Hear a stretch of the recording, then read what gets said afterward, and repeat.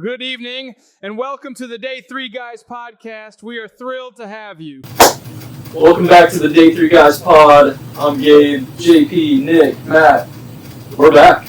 Nick, you want to tell them? Episode 3. Let's go. We didn't think we'd get to episode 3, but we're here. We're in a new area. We have a new layout. The boys, the last few hours were great and a half, man. Or maybe it's days, we don't know. The Day 3 Guys work in silence here, but we heard the noise, we heard the comments, we heard the echoes in the previous videos, but hopefully our audio is going to be better today. And if it does, we're going to have to do some serious soul searching and maybe some purchasing. Some investing. We'll see about it. But we're hoping this is going to work out good. We do the new setup. Today's episode 3, we're finally done with the preseason, and we're getting on to some real NFL football. We can give a round of applause for that. Football's back. Gotta love it. So today in episode 3 is going to be NFL-centric, NFL-focused, except we are going to make 3 college picks on the top 10 games. We have to. I mean, we got to respect those games. The NCAA has given us an awesome slate to start off, so we're going to show some respect. But in this episode, we are going to go over our agendas, give updates on all the teams, all of our teams, I should say. It was a big day, cut day. This is what we're filming on. So the 53-man rosters are finalized. We are going to give our final thoughts on the preseason, stuff that we saw right before it ended, and then the long-anticipated season-long breakdown for the Day 3 Guys and Mr. Relevant. We're all going to get it done today. Show us what you guys think, or show you guys what we think is going to go on this year in the NFL. There'll be some risers, some fallers, maybe a new champ, maybe a repeated champ. We'll see what the boys think. We're going to do that. We're going to do our projections, and of course, at the end, of course, we're going to see Mr. Relevant and Baldar. So far, I looked at the stats on the, we have a little doc you want to here. remind us what the record is right now? Yeah, I think I'm looking at a 5-1 on the Baltimore and a 5-1 on the Day 3 Guys. So that's a 10-2. I mean, 10-2. That'll get you where you want to go. I mean, that's a 1 seed. Yeah, you're cooked, buddy. Is it bad this week? Oh, it must be really bad. Prepare yourself. I don't know. Okay, we're saying 2 steps forward, 1 step back maybe today? That's a nice statement, but this is nothing. Is this an 0-6? I mean, we're going to see, man. I mean, you haven't proven us wrong. Honestly, in the past, I thought that I had you a few times, and I will proven say, me wrong. I've gotten you once. Who got him last week? Was it again? It was me again last week. I think the only one to get. yeah, I've gotten him. I got him twice, so I've gotten you twice. I'm about half and half right now, 50%. The boys, we need to pick it up. We do need to pick it up. I will say, today is going to be the most challenging. They're showing no mercy on No. Mr. Relevant. I mean, you've shown a good level of ball knowledge. It's time to really challenge. He's earned your respect. Is that what you're saying? Well, not fully. We still got a whole season ahead of us. Ooh. I'm not going to jump to that conclusion, but you have impressed me. I'm glad. I feel like the narrative was that I didn't have to play a little lick of all that. Well, that was a narrative. That was. It's still a narrative. You've proven that you know somewhat. The narrative is changing. Well, if you know, there's some takes, a lot of podcasts I've seen that weren't too great, but, That's why we bounced that episode. Or some that maybe they didn't see. Maybe they didn't. that were edited out for reasons because they were just so bad. I would never put you guys through that.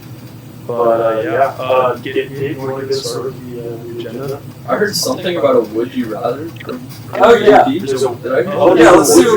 do a little would you rather. A little icebreaker for the Day 3 guys. Are we adding things to the pod? So, would y'all rather fight 100 chicken-sized horses or one horse-sized chicken? I'm taking the chicken-sized horse. Yeah, chicken-sized horse. No, I don't think what we do is this it? much. Dude, the chicken that big. Okay, but what does the chicken do? Like, what's it doing? They peck, Yeah. and they have little talons. Yeah. That would be scary, yeah. A little horse. Well, I mean, like, are they running at you like 101? So you taking on like 101? I mean, also, like, what are the horses going to do to it? Like, are they going to... They're gonna hate you. I feel like I'm making. I mean, at least one. You got 100 coming at you. But if they're coming at me from all angles, I might actually get overwhelmed. That's what I'm saying. Like, probably 12 at a time. Like, if you get all in one straight line. Coming at you. I want to do... I know, I'm just saying, like, nothing's gonna happen. I want to take the challenge. I'm taking the horse. Holy cow. Yeah, that's total. I think it's a difficult. I'm fighting it. I think I'd be cooked. Do we get weapons? No. I mean, just like whatever you sneak in. You know what I mean? Sneak into what? Where are we going? Like you can't have anything like on you. You gotta sneak it in. Like a shank? Maybe. Whatever you can sneak in. Let us know in the comments. What would You guys take? Where do you get that? We'd love to know. I like If you guys want to Figure it out. Yeah. Well, let's get into some ball. Let's move on to the agenda, boys. You guys know what the agenda is by now. Basically, all four of us have teams that we pull for. Specifically, a very nice agenda that we look at. Small collection of players. Maybe it's one player, maybe it's two players. Guys that we're pulling for, guys that we're higher on than most. Let's give an update. P, you wanna start us off? Yeah, I'll start us off.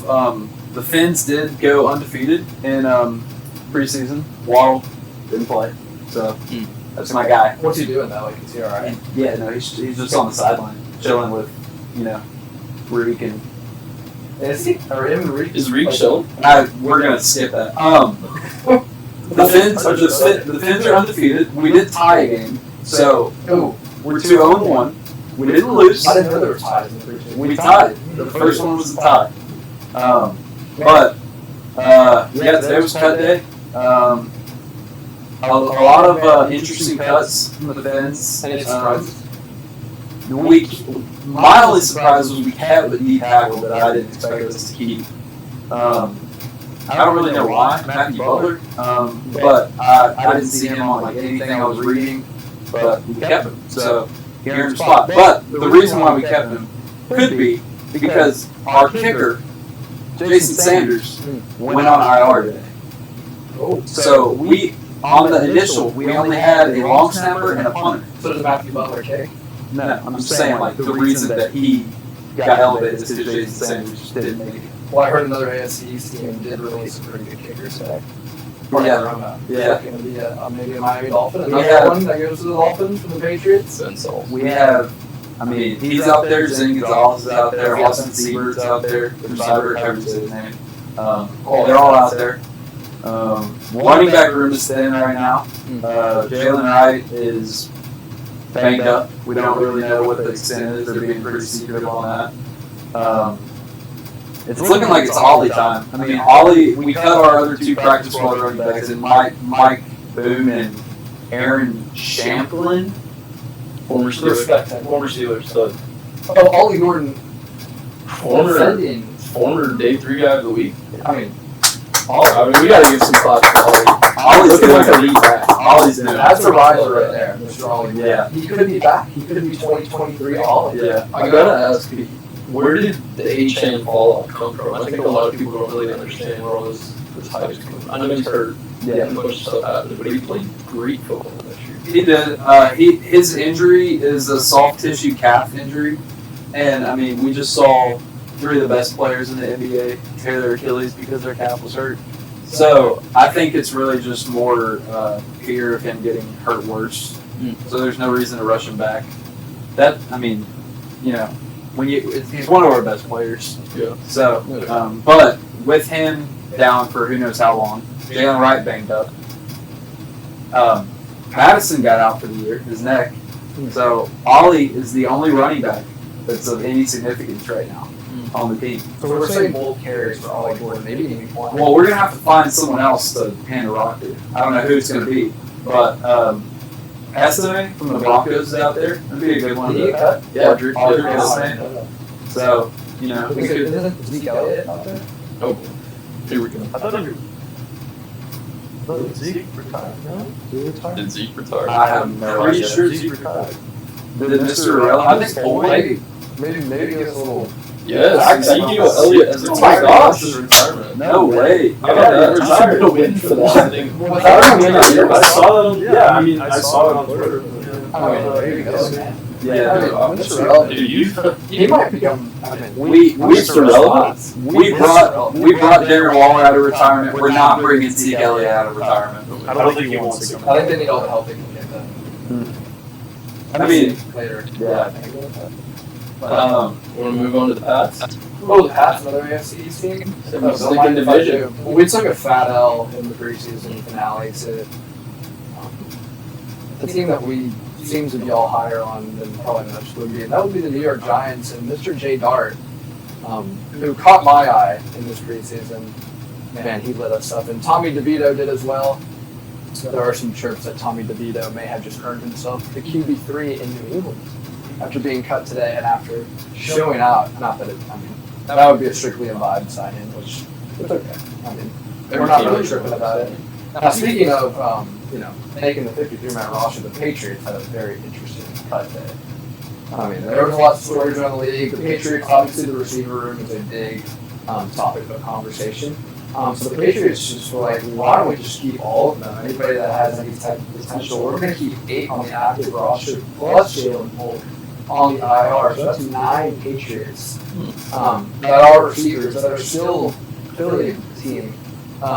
Kendrick Bourne, a surprise, he makes the 53, not because of skill, but because of contract and also situation and injury, honestly, a lot of combination of factors. But he somehow finds his way on the 53, could find his way on the IR as well, but I can see him coming back to play this year. Captain Chisholm, undrafted at UDFA, under the Patriots, be UDFA, make it, so we're very proud of him.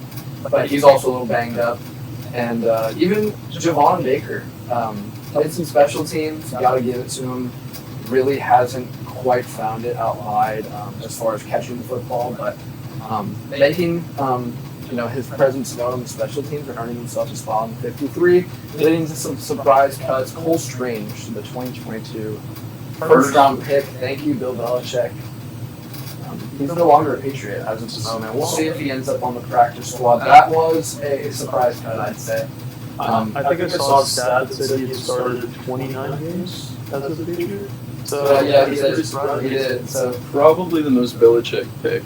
yeah, we got a little cute there, picking a guy at SCS Chattanooga, SoCon. SoCon, can we respect SoCon? But he didn't quite pan out. That's why you don't take a SoCon guy in the first round. Brandon Swinson, he had a really, he had a good year at LSU in his last year, and he didn't exactly fly up the draft board like we all thought he might. But we ended up picking him, and he didn't end up making the team on a very deep Patriots pass rush, which should be pretty good this year. Should be a strength of the team. But some other notes. Let's see, what else did I have for the Patriots this week? Drake May, we thought he might end up being the only member of the 2024 class to remain, but Javon Baker and Caden Wallace did end up making the roster, so kind of beat the allegations there. But Cole Strange was the last remaining of the 2022 class. He's now gone, so we don't have anything to show for that class anymore, which doesn't really bode well. But I'm fired up because Drake May, he's pumped up. He said that in interviews. Rabel's pumped up. Carlton Davis pumped up, ready to show the city. So the vibes are high in New England. We're going to see how it goes this year. The schedule is pretty good. You don't really ask for a better schedule than the Patriots have. They have the potential to take care of business to prove the team wrong this year. So we're super excited. And we'll see how that Patriots offense and that Patriots defense looks. But third stringer could absolutely not in that last preseason game. We're not really, that is what it is. A lot of them probably ended up getting cut anyways.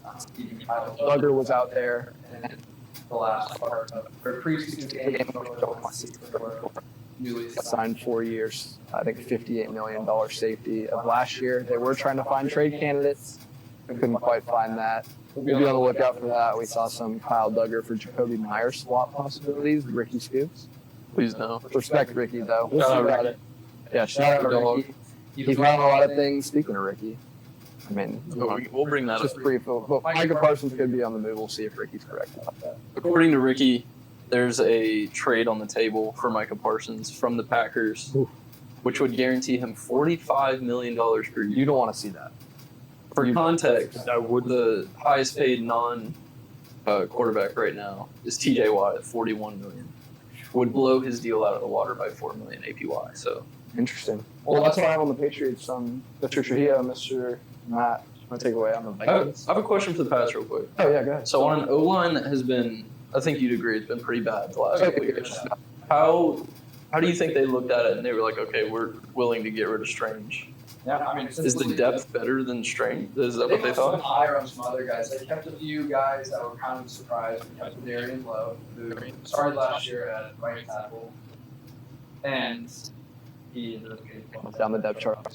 Some Campbell there. They thought he would get cut. He stayed. We had another rookie, Marcus Ryan, up in Missouri, who was 7th round pick. Roster. And I mean, strange, they kept trying to work him at guard and kept trying to work him at center, and I guess it never really clicked for him. I mean, I thought he had a few decent games at center at the end of last year. When they were testing him out there, I honestly had hopes that he would end up being the starting center with how, I mean, depleted that we've been there. We'll see if Jared Wilson ends up there, but he's at left guard for now. And Bradbury, I mean, he's got the resume, but not very good. I mean, if we're being honest. If he ends up being our starter, he's going to have to pick it up a little bit. But obviously, Graves and the boys just didn't love what they saw out of Mr. Strange there. So I hate to see it. I mean, part of the old regime, I guess they're trying to clear those guys out too. We saw a lot of guys go out of that old regime that I was surprised in the offseason. Juwan Bentley is an example, is our captain on the defense. He's out of there. So honestly, I think if you don't give them a reason that you're going to stick, they're just going to get rid of all those guys. So I think Duggar's in danger too, unfortunately. But he looks like he's going to stay there in a deep safety room unless we find a trade candidate, but that's all TBD. But I mean, I think it's a good question. And we'll see what the Patriots do this year. I actually do think the offensive line is going to do a lot better, and I do have high hopes for our number 4 pick. He had a great preseason. I'm just shocked he's even as like a depth piece. No, I was A former first rounder, but I can't argue for or against it. it's Reeves' team now. I'm shocked. I trust Reeves though, honestly. Like, if he didn't want to deal with Strange, and honestly, I mean, he might have just been worse than everybody else. And at a certain point, yeah, it's been 3 years since you were the first round pick, and it's like you don't have that Shrek anymore, that kind of hold on your draft profile, and then he's out of there. So shout out to Cole Strange. Hopefully he finds a place to go. Maybe he'll be back in New England. I'm not going to talk bad on him, but he was a disappointment for the first round pick. He shouldn't have been a first round. Dare I say bust, but I'm sorry. I had to say it. Well, you got? yeah, Vikings. We played the Titans last week. There wasn't a lot of news. I mean, I saw one of our corners get juked out by one of the Titans receivers. I forget his name. That was pretty embarrassing.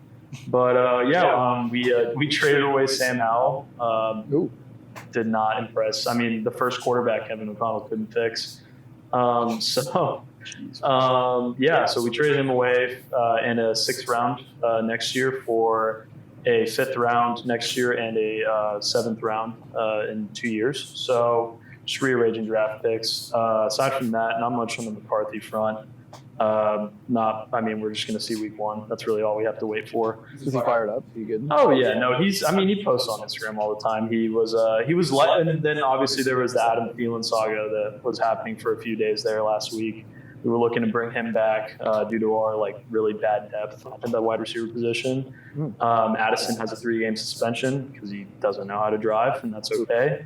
We're going to be missing him, but yeah, we do need a receiver. I think hopefully by by week 1, hopefully we can try to see if we can make that Thielen move happen. We have 8 options for you if you want one. Possibly. I mean, we can talk, but I don't know. Clear. I mean, KC. 6 or 7 of them. 6 or 7 of them. But yeah, aside from that, we got Carson Wentz, so just a veteran quarterback to put. I mean, Brosmer over Howell. I mean, who would have thought? Undrafted free agent. You were high on him last week. Yeah. So, but the performance and coming into the season, I wouldn't have seen him as the guy who was going to stay. But not much aside. I mean, we're just looking forward to week 1. I'm excited. We do need a receiver for sure. We need, I don't know, Naylor's kind of banged, or no, not Naylor. Ty Felton's a little banged up, and then obviously we won't have Addison. So hopefully, and then Jettas is just coming off of a hamstring injury somewhat. It's day to day. So we'll see what happens. I think we need some TJ Hawkins in week 1. Yeah. Mm-hmm. But Naylor's healthy? He had something with his ankle, I think, or hand, I don't know what exactly. Yeah, so nothing serious, but we'll see. I mean, what's his name? CJ Ham was on IR, and he's going to return. And then, it was a hand injury for Naylor. So, gotcha. But hopefully Felton can step up, and then Hawkinson too. So is Darisaw going to be ready week 1? Yes, he is. Okay. As far as I'm concerned, it was really brutal watching him get injured against the Rams last season. I mean, he's such a great player. Gotta have to go lineman, man. Yeah, but revamped O-line. It's looking good. We have Chicago week 1. I think if we can win that game, it'll one, put the Bears in misery, and two, kind of set a good tone for the rest of the season. Primetime game too. Yep, Yeah. Monday. I am really mad. Well, I'm happy it's prime time, but I'm mad I have to wait till Monday to watch it. So yeah. You just get that's what I'm saying. You get like first red zone Sunday. You don't have to worry about missing. Maybe get some beat ups. He's locked in. Yeah, no, I'm locked. What will you be eating? Well, what would I be eating? Some Fire buffalo. You guys know the best food to eat is probably buffalo chicken dip, like during I thought football. it was ratio yogurt. The one that there's like a really brand of protein ratio. This is not an ad. Sponsor us. Yeah, we Ratio, should sponsorship. please But sponsor. 25 grams in that yogurt would be great. Yeah. But yeah, I won't. I mean, the Vikings will speak for themselves this year. But I'm just gonna pass it on to Gabe. Yeah, I think we'll get to the Vikings' opinions later. I think we'll all be. Is he back? The Baysiander is making an appearance. For those of you that don't know, I used to run a burner account called the Baysiander. Go follow that. Quality content. Great content. Great content. Just pure content, by the way. Family friendly. Yeah, Steelers. I was gonna bring up JJ Watt. We don't need to know that. Oh yeah, JJ Watt tweeted at me once. Had like 2K likes on So it. automatically valid. Can you tell Yeah. what was said? What was said? I actually don't remember. I think this is during the Ayuk saga, the Brandon Ayuk saga last year, where we thought we were trading for him. And he tweeted something while he was at the Steelers facility, and I tweeted and I was like, "You've been traded for Brandon Ayuk, buddy," or like pack up or something. And then he like tweeted back at me and said, "So I don't remember exactly what it was, but I had a screenshot. Low peak. We'll post the screenshot. Yeah, So you I'll guys get them it. all. Like, I'm not lying, I promise. But yeah, the Steelers. My agenda has been Jalen Ramsey in the O-line. We saw our first game action of J. Ram in a Steelers uniform, and off the bat, the aura, the pure on-field drip is just unmatched in the black and gold. He's got like the quarter sleeve and then the full black sleeve with the like finger tape. I mean, guy just has like on-field drip. I love that. That's all that really matters. So none of our like front seven played except for Derek Harmon and Keanu Benton. We'll get to Derek Harmon. But J. Ram played, Darius Slay played, no Joey Porter, which was bizarre. He does need the reps. His little grabby behind. But J. Ram played the slot for I think almost all his snaps, which we anticipated. But dude, he is flying around. I know it's preseason and it was like the Panthers threes, but if that's any indication of how we're going to use J. Ram, I'm so excited. He's almost in that like Brian Branch, like always around the ball role, where he's playing in the nickel, he's playing outside, plays safety. That's what he's going to do for us. And dude, he was flying around. There was one play, and off in the backfield, J. Ram comes in, picks up the running back. They're blowing the whistle, and then he tosses him like back like 4 yards onto the ground. Unsportsmanlike conduct penalty, but it's preseason. Such soft. I mean, that's just trying to make the Panthers. That's what I'm saying. Like, there's Trevor Etienne. Oh, There's little Etienne. okay, well, But I mean, I just love to see that, man. I think the Steelers have missed like that nasty attitude on defense for a little bit, and J. Ram's going to bring that. I mean, I'm sure you can attest to that. The guy's got an edge to him. yeah. And we need that. He's a leader. He's going to be so good for us, dude. I really think he's going to be a beast. So really excited on the J. Ram front. Then the O-line. O-line's, dude, preseason was a great indicator because last year they sucked in the preseason except for Zach Frazier, who I think is easily a top 5 center in football right now. The tackles, which have been the biggest question mark, Broderick and Troy Fatanu, look really good. Troy looks like he could be an all-pro. I mean, according to the breakdowns I was watching and stuff like that. Obviously, I'm not saying he's going to be an all-pro. He's very good. But he looks very second good. that. He looks very good. He's playing the part. And then Broderick, who was, I mean, borderline, like I was, before the season, I was like, he might get cut. Like, DGD. he was terrible last year, like second in the league in allowed sacks. Dude looks really good. And, I mean, he's moving back to left tackle. His natural position, his hand usage is better. He's still ducking his head. He's getting a little too low at his pad level. Do you think he didn't like Russie? I think you got a guy that needed development, young, athletic tackle, and bouncing him back and forth between left and right tackle where he's not settled at either Right. position kind of messed him up a little bit. Definitely, no doubt. And he struggled at right tackle really bad last year. And I think moving back to his natural position, I was listening to one guy break it down. He was talking about how O lineman, it's like when you switch like that, it's almost like going from a right-handed player to a left-handed player. And then like when you put it like that, obviously it sounds really difficult. If I had to start playing basketball with my left hand, it'd be super challenging. So I think moving him back to his natural position really helped, and I think he put out good film. So I'm really, really encouraged about the O line because he was the biggest question mark. Yeah. But other than that, pretty straightforward. Derek Harmon, unfortunately, goes down in the second or third quarter, I believe. Just got his knee twisted. Originally, we thought it was like an ACL tear, like he was crying on the court going off. Come to find out, it was just an MCL sprain, low grade. They say he might only miss one game. So, I mean, we're counting our lucky stars that Derek Harmon could be back for us because the dude's. It's like the only time Mike Tomlin's listed a rookie as a starter right away. I mean, they are very high on Derek Harmon. Such a great fit. Got his first sack against Tampa Bay. I think we talked about that. But, dude, he's been a stud all camp. He's going to be really good for us. Keanu Benton, another guy on our D-line, has an upper body injury. So we'll see his status for week 1's up in the air. But it's the Jets. Like, I'm not super worried. We're not worried about Jay Fields and the Jets? Forgive me if I'm not shaking in my boots about the Jets. Sure. But yeah, I'm excited, man. I mean, preseason, but I think we look everything you wanted to see from the Steelers, you wanted to see, except adding another receiver, which I hope Jacoby Myers might be a Steeler. But We'll see about it. we'll see, man. Well, that brings us into some headlines we saw this week. Well, Jacoby Myers on the block, maybe. Raiders say that he's not. We'll see. I mean, obviously, there's going to be a lot of interest around the league. That's not a bad contract. He is going into a contract year. So a team that ends up with him, or if he stays in Las Vegas, we'll have to probably re-sign him to a deal that he deserves it. I mean, I think he's a great receiver, but I mean, just saying like, hey, $20 million a year for Jacoby Myers, which could end up being that. Yeah, I mean, he warrants that kind of money. I think he's like he's a borderline wide receiver 1. I think he's the best wide receiver 2 you can probably get outside of the guys that shouldn't be wide receiver 2, like Waddle and Devontae Smith. Yep. But when you think of like a prototypical wide receiver 2, you think of Jacoby, I think. No, I think he's great. And I think $20 million, I mean, that's... No, you can do that in a heartbeat. Another receiver got re-signed this week, Mr. Terry McLaurin. Congratulations. I mean, he's scary. Got paid.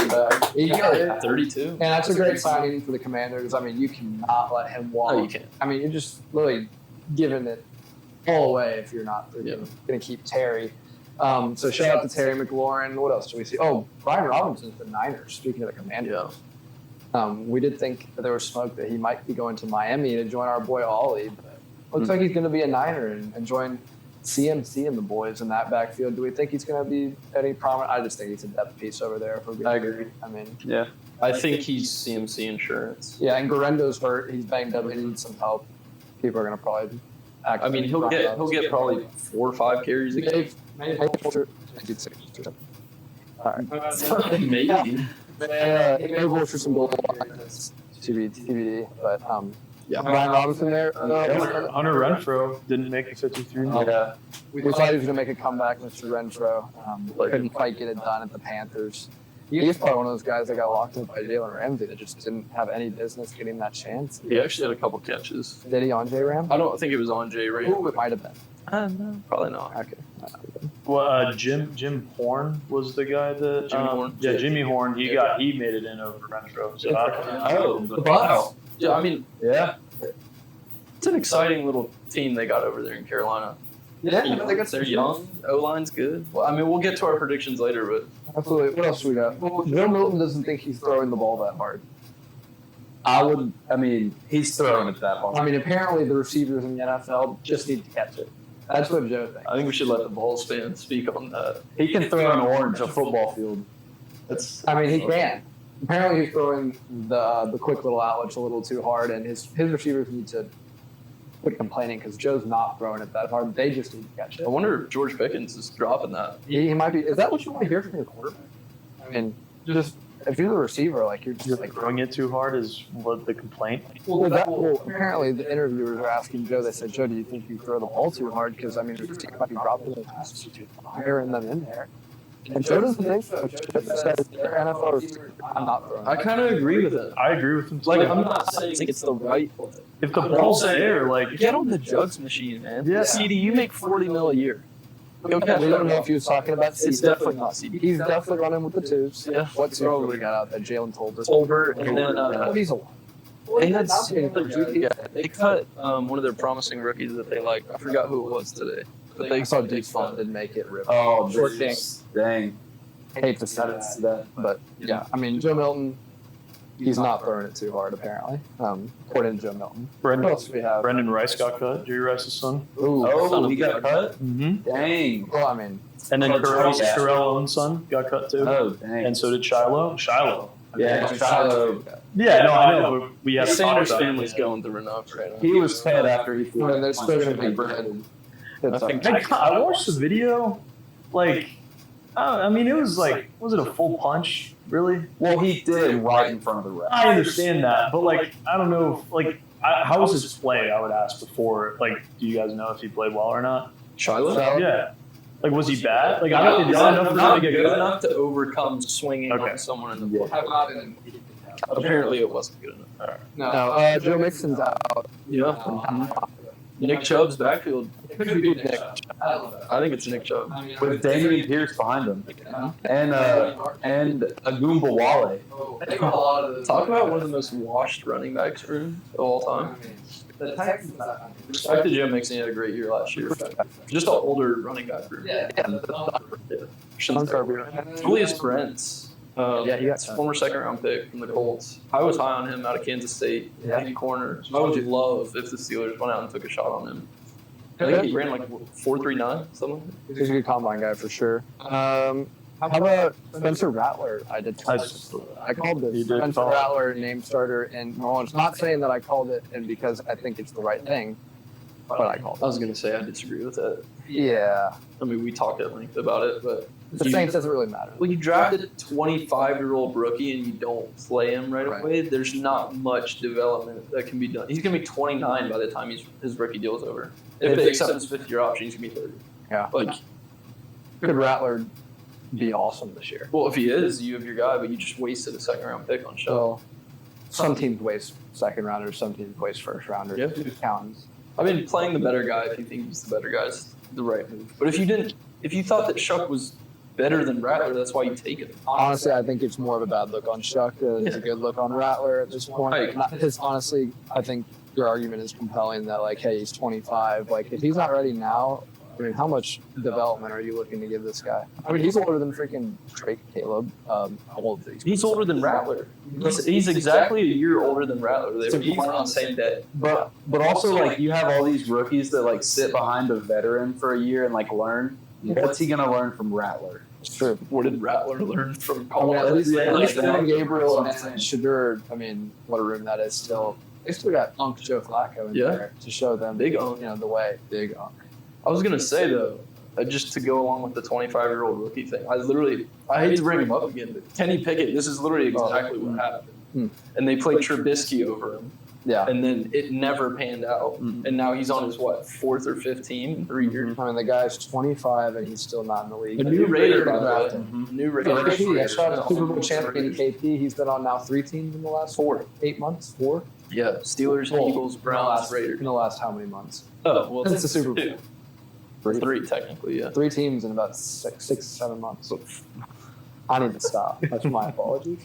That would be the last one of the pod, maybe. But let's see. Back in college news, how about Ohio State banned Dave Portnoy from? I saw that. But he's still going to be there. That's so petty to me. I'm Yeah, sorry. like, I think it's because I understand that he like talks a lot of crap about As he Ohio should. State, but he's a Michigan fan. Yeah. But and then they know for a fact he's on Big Noon, and then they ban him from like coming into the stadium like for like pregame. He's still going to be there. I think it's He's still going to be, like, on the show before it starts. but they all go onto the field Yeah, when it's yeah, started, yeah. and then he's not going to be like that. Just seems so. It'll become a bit.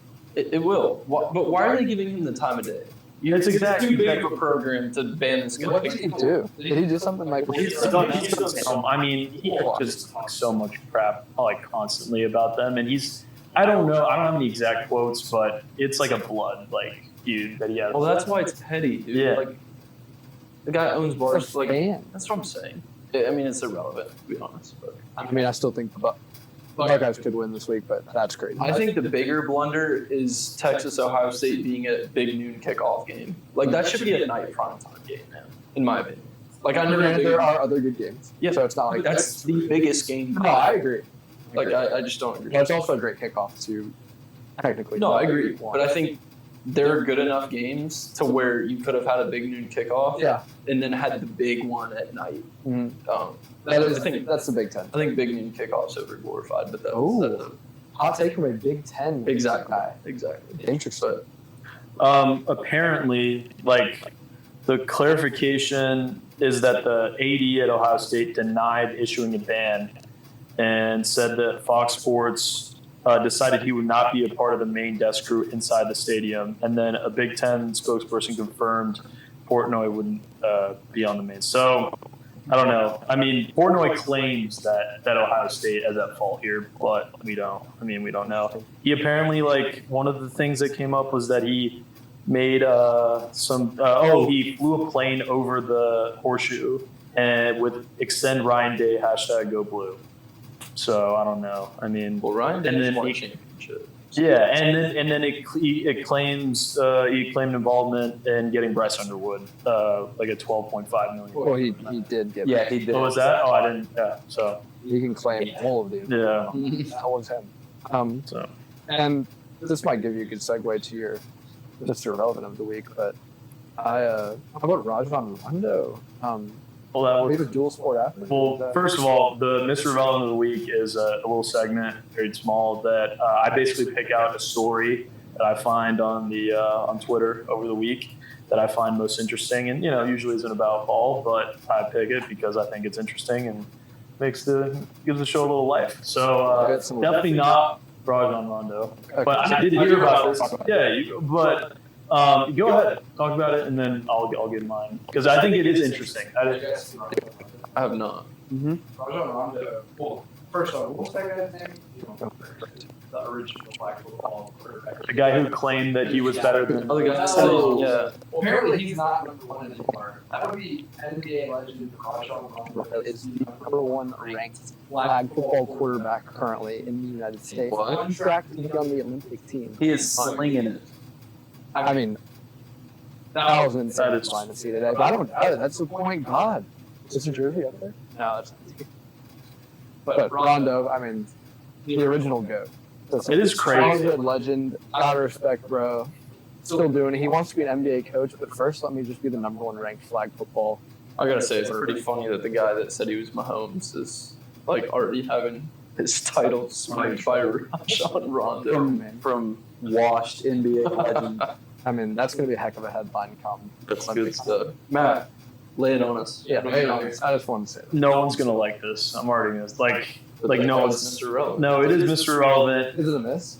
It's not a miss. I think it is interesting because kind of came out of the blue today. I know what it is. It's sweet Travis Kelce getting engaged to Taylor Swift. Swifties rejoice. Every white girl in the country wants to get married now because now Taylor Swift is getting married.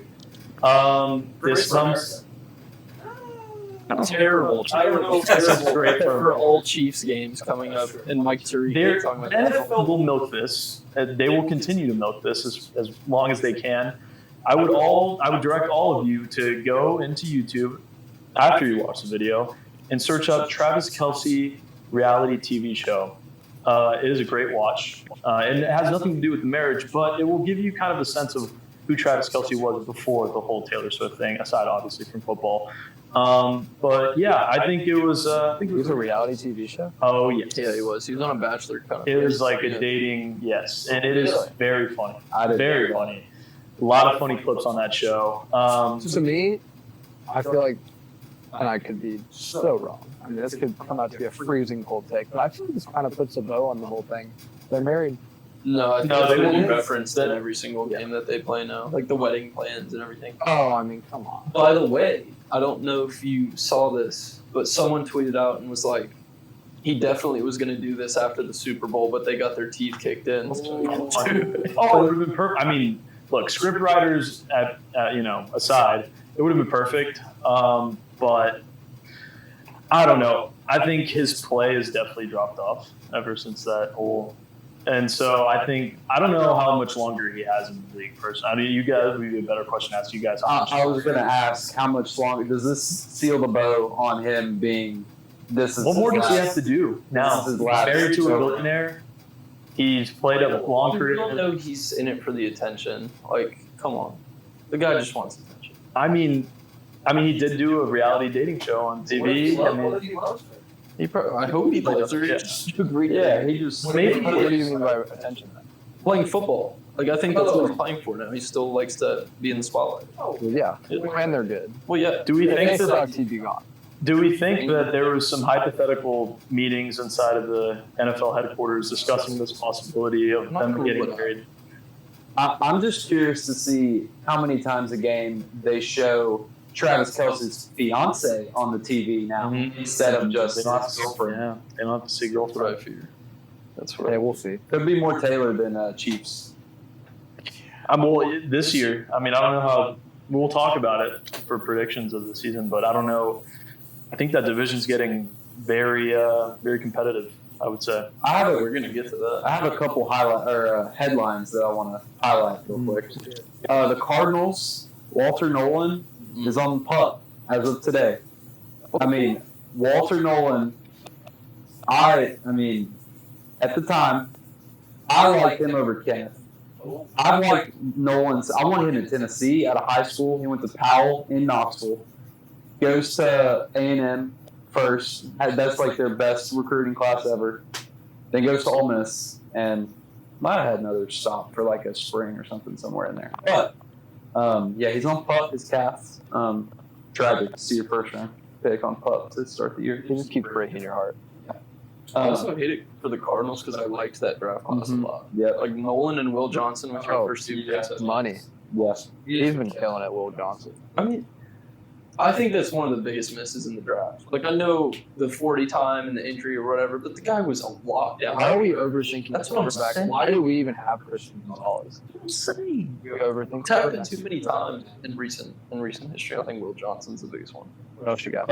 Also, did y'all see the Jameer Gibbs Ben Johnson beef No. video beef that came out? I think it was. They shot videos at each other. No. Well, it was like interview beef, I guess. Oh, okay. And it was like borderline beef. And it just came across, and I thought it was interesting.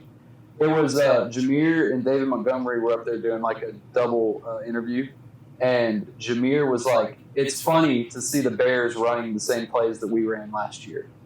And then Ben Johnson came back and was like, "Actually, that's just my preseason script. That's what I run every preseason." And so he didn't say it like that, but that's what he alluded to. Actually, Yeah. See, why is Jameer hating that?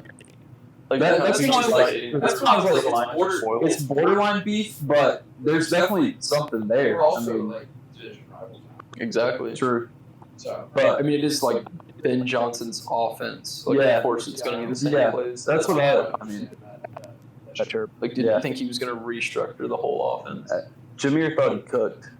You can't really hate on Jameer. Jameer's like that. So Yeah. And also Monty. I mean, him and Monty are just awesome. yeah. Knuckles Sistani. Yeah. Gotta love it. They're just, Lions are a fun team. They are fun too. We'll see if they are as fun. I don't know if they're still without below. EJ, though. You don't think they're beloved? We'll get there. the We'll get difference. there. They still have a pretty similar team. I think Tesla's doing the worm. Dude, I saw. Yeah, that's that's what I thought too. Okay, let's get to our rookies that we think. Well, I'll let you I got two teams I want to talk about real quick. Okay. And one of them has to do with Ben Johnson. But the Giants, I just got to say, the vibe around the Giants right now looks awesome. Yeah. Like, I know DeVito's gone, and that kind of sucks for the fans. Because they Black vibe. quarterback. Yeah, It's got- an exciting time to be a Giants fan, right? But the post Daniel Jones era in New York looks a lot of fun. And all the crap that we give Rusty, like, it was the culture that guy just brings with him is just fun. Like, I don't care. Like, it's just wholesome fun with Rusty, in my opinion. I was watching First Take the other day and saw someone say that they should start Dart over Russ. No. People just get all excited about it. Yeah, he played well in the first. Rusty stinks, which he doesn't. I don't think Rusty stinks. There's no point to throwing your rookie in there in the fire. Who are they playing? Aren't they playing with someone insane week one? No, I don't know who they're playing week I one. think they might be playing like the Commanders or something. I guess that's not bad. But I mean they're just your guys. Yeah. But no, you don't throw Dart in. There's no reason to. I said the same thing with Drake last year. We had Jacoby Brissett over him. Now, it didn't matter for us because we're not going to win games, but you don't throw in your rookie in the first few games in the fire for him to try to figure it out when you're not confident in everything you have around him. Let's see if the veteran does well or if he doesn't. And then you can throw in Dart and you can kind of pick your narrative, I guess, if you will, with your rookie. If the season's going good, you might just ride with your vet and let the rookie, not get banged up, watch, and you're still playing good. And if the vet sucks, then you throw in your rookie, and if you already suck, then there's no pressure on the guy if they continue to suck. I think they can get it together for next year. I think the pressure's on Dable, if anything. 100%. Yeah, like him and Judge they're playing for their jobs. Yeah, so like I'm saying, like it really like either they do well and like they move on from then, but I don't think it's up to the quarterbacks with the pressure. To be honest, I don't think that's who the pressure. Well, I think to your point, you only go straight to the rookie if you have no one else. Yeah, and it's a last ditch effort. But like if Russ is a serviceable. I like Rusty. I watched it all last year. He's not gonna go out and win you games by himself, but he's gonna distribute the ball and throw moon balls to Malik and Slayton, which is what you want him to do. I mean. And then Dart will have his time when he's ready. Build the roster. I don't see. Let him sit behind those two guys, anyways. I mean, those are two guys those are fountains of wisdom that he's. And I think that's their plan. From. Yeah. And I want to talk about Dart, but go ahead. What else do you have? And then also want to talk. The Bears ran their ones for almost a whole half. Mm-hmm. Some good, some bad. Yep. But where are we at there? Are we buying in? Are we buying in after that? Bears were a wild card to me. I think I have 2 or 3 teams that are kind of wild cards to me, and I think the Bears are kind of a default wild card. I think there's a lot to like about the Bears. It kind of depends on if Caleb's real. I think Caleb has talent. I think Caleb has problems with awareness. As of now, I don't think he makes great decisions. I think his talent gets the best of him sometimes, or at least his talent inside of his own head.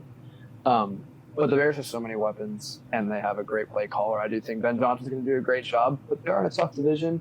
Honestly, I just think that I think they're going to end up getting a bit this year. Not because they're a bad team, not because Caleb stinks, not because Ben Johnson can't coach, but because it's kind of a new team.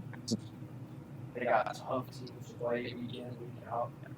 And it's to work on. I mean, we'll see a lot of these guys that we're saying are great players. Some of them are unproven. I mean, you got Waffles in college, unproven. Luther Burton, unproven. Ben Johnson's a coach, unproven. Caleb Williams still kind of unproven, even though he's Rome even. Yeah. Rome's unproven. I mean, you don't have a ton of guys that are proven veterans that have been, doing it for a while. Like you could say, I mean, in Kansas City, Tampa Bay, guys like that have been doing it for a while, and you're like, okay, well, we know what we get out of this guy, and can they elevate in this way?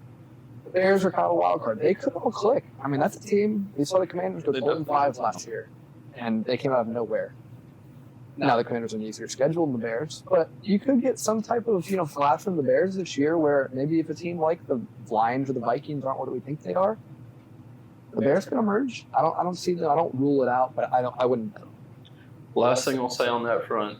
DJ Moore taking snaps at running back at practice this week, yeah. Did not see so that. they're pulling out all the stops to get those guys on the field, which is, I think, what you want to see. Not surprised. Do we want to get into our projections? No, we got day 3 guys of the week. Oh, yeah. Let's go to our day 3 guys of the week. So basically, they're all going to pitch a day 3 guy to me for this week, and I'm going to pick whoever I think is the best pitch out of all. Yeah, so we've had 2 weeks running this segment. Hopefully, this is our signature segment. I'd like to say it. It's the namesake. Week 1 winner was perfect timing, Shadir Sanders, and then we mentioned earlier, Ollie Gordon was the defending champ. So one really good, another really bad, I would say. I'll bite the bullet on that one. I may have bought in a little too soon. Shadir looked really rough. Shadir in the first week was bringing it. Had the juice. It's another week. It's not about. It has an age. Well, I want to kind of take a look back and say, I do want to put my hand up there and say, I was really I might have bought in a little too quick. I'm reflecting. It's okay. Yeah, The Ollie pick was sharp. I do, and I love the Ollie pick. So, well, we don't know if he's going to pan out yet either. It's still smoking. It looks better for him than Shadir. Well, a lot better. We'll say that. We'll see how it goes. So, JP has one. Gabe has one. Nick, did you bring the A game this week? I brought the A game last week too. We just hating on my boy Stet.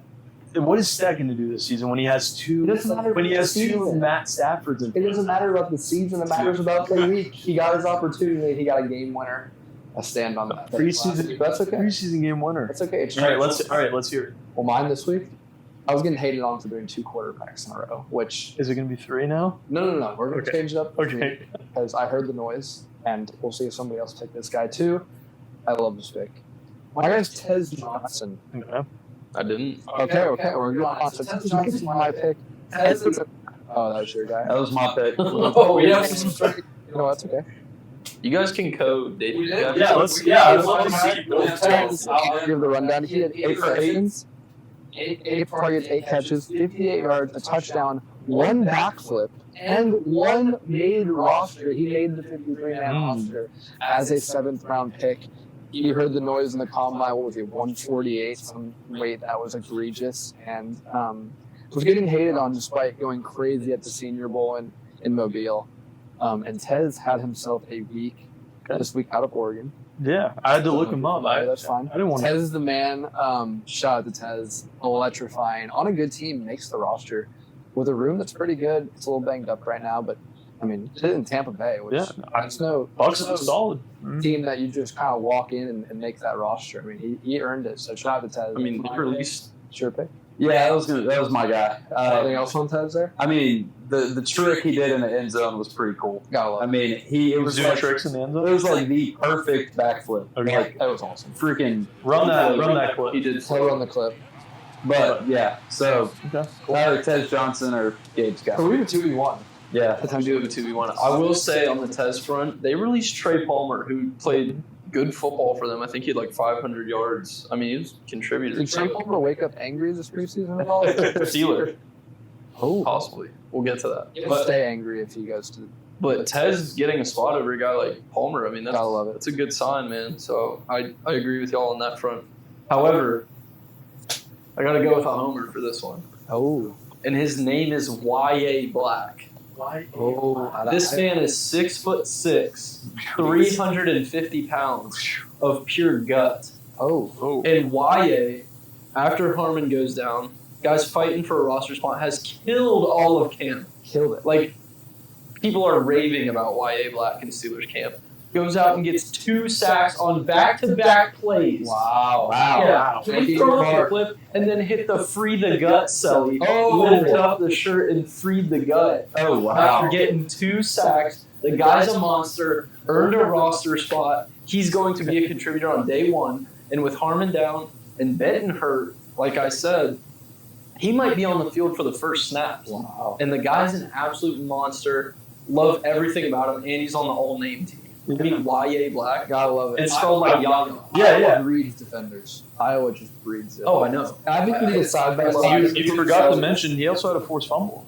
Yeah, he forced the fumble on the second sack. I was just hitting people. I mean, he literally just runs through.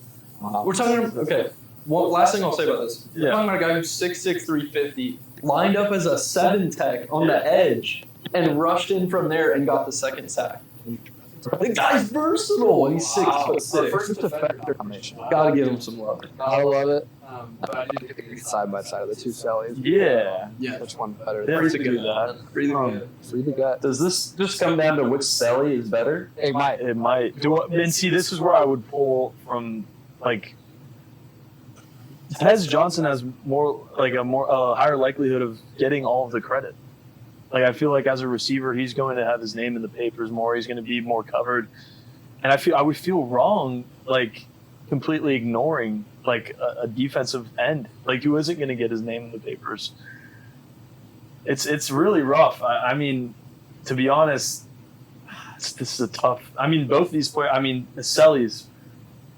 I'm gonna have to go with Wyatt Black. Whoa! This was just. I mean, That's Wyatt. Wyatt Black. Our first I mean, you just got. I mean, it's the underdog. It's the underdog story about. defender. Yeah, the defense. I mean, he's not gonna be putting up fantasy points for anybody. He's not a fantasy saver. It's on the 2v1, and he just knocks it out of the park with all the lights on. The lights were bright, and he got He's a dick. YA did all the work, man. Yeah. I mean, you're talking about a room with Derek Harmon, Cam Hayward, Keanu Benton, Loudermilk, and guys that have been there. And YA Black is the guy that has stood out amongst that group. I mean, Wow. you gotta love Does that mean that each day 3 guy has a nomination that's been picked for day 3 guy of the week? Once you all it. No. Oh, you I were was all Ollie. Yeah. Oh, I stole Ollie from him. I was trying to Yeah. with you. Yeah. I mean, I thought Tez was gonna bring it. I thought, yeah. He didn't free the gut you guys had it in the bag, but he Wow. Yeah, I mean, leader.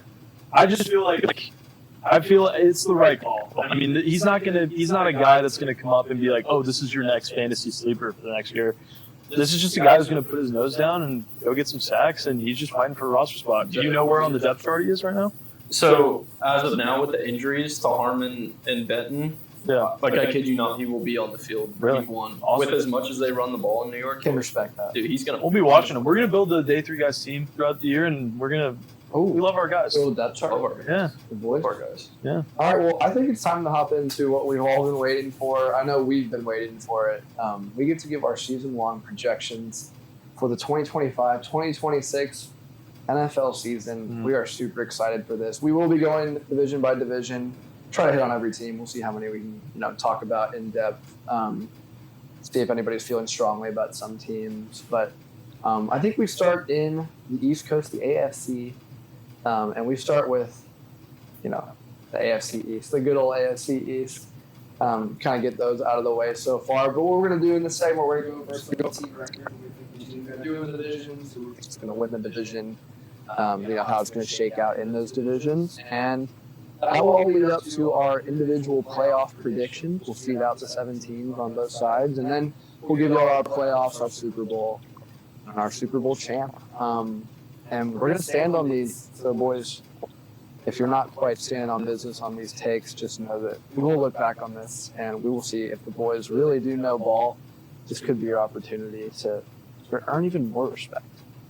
Because you're earning it right now. You're on an upward trajectory. oh, I am. Yeah. Oh, I'm hurt. I think you're Okay. doing a great job. Oh, We're going to 100%. see. All We're right. going to see how that translates to the season-long projections. Yeah. But without further ado, the AFC East, let's get into it. The AFC East consists of the Buffalo Bills, Miami Dolphins, New England Patriots, and New York Jets. What do we expect out of the Buffalo Bills this year? JP, what do you think? I mean, they're going to be good. They're going to win the division. That's I agree. Hot. Yeah, I take. agree. Steaming hot. I mean, there's Breaking no- news: Forks found in kitchen. Breaking news: Josh Allen made the 53-man roster. Shout out to Josh Allen. Shout out. Big win for him. No, but I mean, they're going to win. Yeah. And I mean, the Jets are going to come in last. I personally, being a Dolphins fan, the Jets are our biggest rival. I dislike the Jets as much as I dislike the Gators, being a Tennessee fan. So, but the Jets don't know how to win. The only time they won is when they had one of the best quarterbacks, top 15 quarterback at least in the NFL. So, they don't know how to win as an organization. When was that Pennington? No, it was like it was like 90. Yeah, that must have been Pennington. Who you talking? Naismith. That's what I thought. Oh, that was in the 70s. Oh, really? Yeah, Namath was in the I 70s. thought it was like 90. Pennington wasn't bad, right? Mark Sanchez. Mark Was it Sanchez a was fumble? Yeah. But anyway, remember that. besides the point, the Jets don't know how to win anything. I've said it for years. And then the second place will just be whoever makes it between You're them. not going to pick boldly there? I mean, I think it's going to be the Fins, but I know you're just going to say that the Fins are going to be last. So, We'll see. I mean, you want me to just get into it? I mean, I'll give you a buffer before Give we me a get there, buffer. so we can take off some of this interdivisional pressure here. oh, yeah. I mean, Obviously, hot take. I got the Bills going 13-4. Ooh. Very strong year for the Bills. We'll get to it later, but I think the Bills. This is the year, man. Like this, it's put up or shut up. It's time to get over the hump. Time to get past Kansas City. I think this is the year where he has a chance to do it. In second place, I got the New England Patriots. However, I have them going 7-10. So this isn't exactly a strong second place. I'm much higher on the Bills than I am in any other team in this division. I think the pass upgrades significantly from where they were last year, but I don't think it's enough to get them quite to the winning record. Again, these games could go either way. Some of these 50-50 games, maybe you squeak out 9 wins, and that's kind of where I have their ceiling at. But I think they've improved enough to where they get to about 7 wins, especially in mid-division, but you're probably losing 2 to the Bills. But yeah, splitting. in third, I have the Dolphins, only a game behind the Patriots, 6-11. Just with the Fins, I'm so conflicted because we know the talent's there, but I worry about Tua's health. I worry about that corner room. I worry about y'all being able to keep a lid on it. You something you want to add? I forgot to mention we signed Rasul Douglas today. Saw that. I forgot to mention that. But go ahead. But just with the Finns, I think Game the breaking. potential to score points is always going to be there with y'all. Mhm. I worry about the consistency and just all the turmoil that's kind of in that locker room right now. Not saying you guys can't put it together. I just have you just a knock below New England, just because I feel like New England has good vibes going into their season. Lots of good And ones. then in last, I have the Jets going 5-12. I mean, I kind of voiced my concerns with the Jets last week. Super young O-line. Fields isn't known for being a winner as much as I love him, and I think the upside's there. You can only run QB draw so many times. Brees, you got some talent. There's no doubt they have talent, but just a new team, man. You got Glenn coming in. Everyone's unproven there. I mean, it's a completely fresh start, and I just don't think they have enough talent to overcome kind of the challenges that they have there. But I think they're exciting. They're a younger team. I mean, they might put it together, but I have the other three teams pretty handedly above them. I think I said it, but I have them at 5-12. Interesting. Matt, what do you got on that division? So I don't have like wins exactly, but I have kind of the same deal. Bills winning it, and then the Patriots under that. Patriots win line is at 8.5. I think I checked. So I'd say they'll go under, but Patriots in 2, and then Dolphins at 3, and then Jets at 4. Okay. So yeah. I gotcha. Yeah. I have a little bit of different. I mean, I think you guys said a lot of good things, and I agree with a lot of it. I think the Bills are far and away the best team in this division, and I think, like you were saying, this should be a year where the Bills don't really have an excuse. I mean, you're one of the few teams that have been there, or at least been close to there, have the tools, have the guy at the helm, and can bring home a Lombardi if all things fall in one place. Will that happen? I don't know. I do have them at 12-5 this year in the regular season. I think they have a few tough games on that schedule that they will have to grit out. And I could also see that Bills team in the past. Maybe this year's different, but they just have a tendency to kind of blow a game or two they shouldn't. I also have them splitting with New England.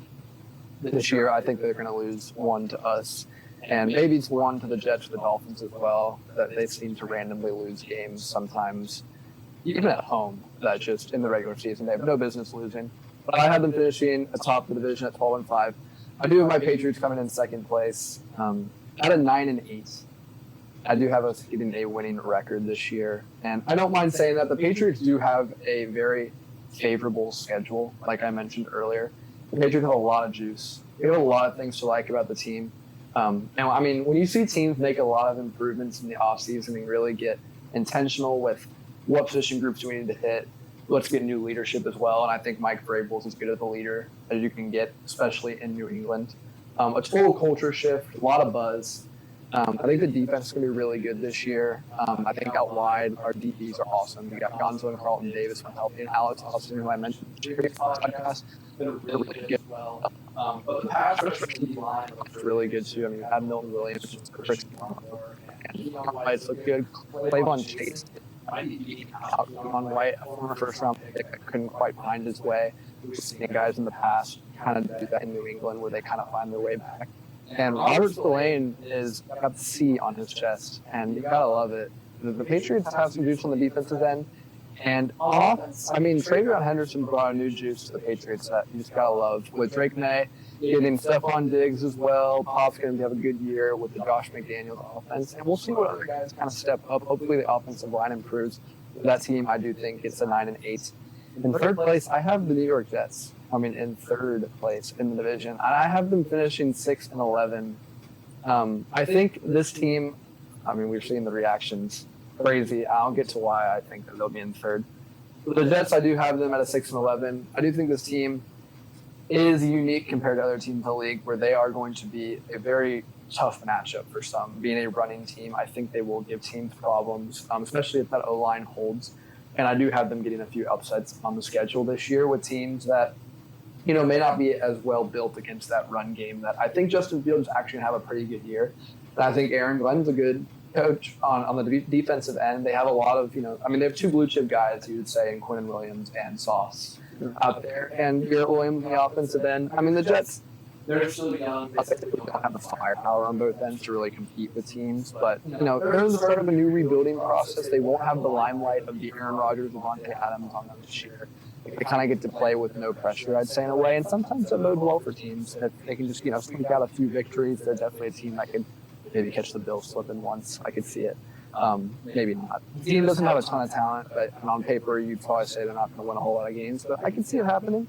And then last, I do have the Dolphins at 4-13, which seems crazy. And this is not a personal attack at all. I promise it's not. But normally, and the reason I say this, I think the Dolphins, their ceiling is 9-8. I actually think that if things all fall into place, they could sneak into the playoffs this year. But the problem with the Dolphins is they just seem to have stalled, in my opinion. And unfortunately, that doesn't bode well for teams in the NFL when teams don't really get better in an offseason. And I would argue the Dolphins didn't. I don't think their draft was awesome. I don't think that their additions outweighed their subtractions. And honestly, I'm not sure that Tua's the guy. I'm not sure that Mike McDaniel's the guy. And they're battling the Tyreek Hill thing. They're battling the Devon A-Chain injury. I mean, things could fall in place for the Dolphins, but they're a team that I could see a candidate for a total plummet mid-season, and could lead to them losing a lot of games that they probably weren't supposed to. So I do have them coming in last. That might be a bold take. It obviously kind of is, but I have the Dolphins securing a top pick in the draft this year, which honestly might bode well for their future. You don't want to be a middler in the NFL, and the Dolphins unfortunately have been. Am I wrong? For a while. JP, I would love for you to respond to this. Yeah, I mean, we got to get a refusal. I was actually just going to move on to the next. No, but first respond, and then. Well, no. So next we're going to do the AFC North, but I will say that the reasoning that you gave, I disagreed with every single thing that you said. But I'm not going to get into. No, you can get into it. I think you should. I mean, he's coming after your team. So you said the Jets were that bad because they don't have enough firepower? Yeah. You're saying that we have less than the Jets. I didn't say you had less. I said you have way more drama. But you put us below the Jets. I did. You see what I'm saying? I see what you're saying. Yeah, I think talent-wise, you guys probably do have more talent than the Jets. I'm saying with all the other factors colliding, I don't think you guys have like a clear. Like I said, the Jets are a running football team, and they may give teams some problems. I don't know that the Dolphins have a specific thing. Maybe they're a little faster than a lot of teams, but I don't think they give really a big matchup problem that the Jets do, and that's why I'd argue that I think both teams are equally not really a big factor this year, but I think I could see them dropping off a cliff, so I'm just going to be bold here and say they're going to come in last. I loved our draft class. Okay. You said you hated it. I'm a big fan of it. Okay. And then also, you said that, what'd you say? What was the third thing you said? You said three things. I don't know if Tua and Mike McDaniel. No, you said one other thing before that. Oh, what was it? I don't remember. I don't remember either. Drama? Is it about drama? Yeah, drama. Oh, yeah. You said that our subtraction by addition. Is that what you said? No, I said I don't think that your additions outweighed your subtractions. Oh. So you got worse than the offense. We got the guys that were head cases and problems out of Miami. Okay. The only one that's not is obviously the guy that we're paying the most money. Yeah. There's also a West player. Yeah, exactly. Which that's our own deal. But we also got younger. All the cuts that we made today were pushing the older guys out, bringing in the younger guys. Mm-hmm. So we got the head cases out, and Okay. disagree. Can I say one thing on that front? And I think you would probably agree with this, because I kind of agree with both of you guys. Like, I think the Finns are probably the most volatile team this year in the way that they could win 11 games. Like, they have their talent where if everything clicks, like you said, they could be a playoff team. Like, we've seen what that offense looks like when it's clicking. And they hung 70 on the Broncos. Like, it's a potent offense. Yeah. But I agree with you in the fact that if it doesn't go well, there's no like in between. I think. I don't know if you agree with that, JP. I would just say that we have been the most mid team in the NFL in the last 25 years. So I think it's time Like to our, what do you mean? either really good or really bad. No, I'm sticking with the mid. Like, I mean, I'm pretty sure our win-loss is like right around 500 for the last 25 years. I think it's 8.5 this year too. Or no, it's 7.5. So I mean, the safe bet is the safe bet is 500. Just So y'all's with history. offense went from second in 2023 to 23rd in 2024. Yeah, and So So I guess we'll go into the AFC North now. We'll move on. I love that. Yeah. So the North, we have the Ravens, the Bengals, the Browns, and the Steelers.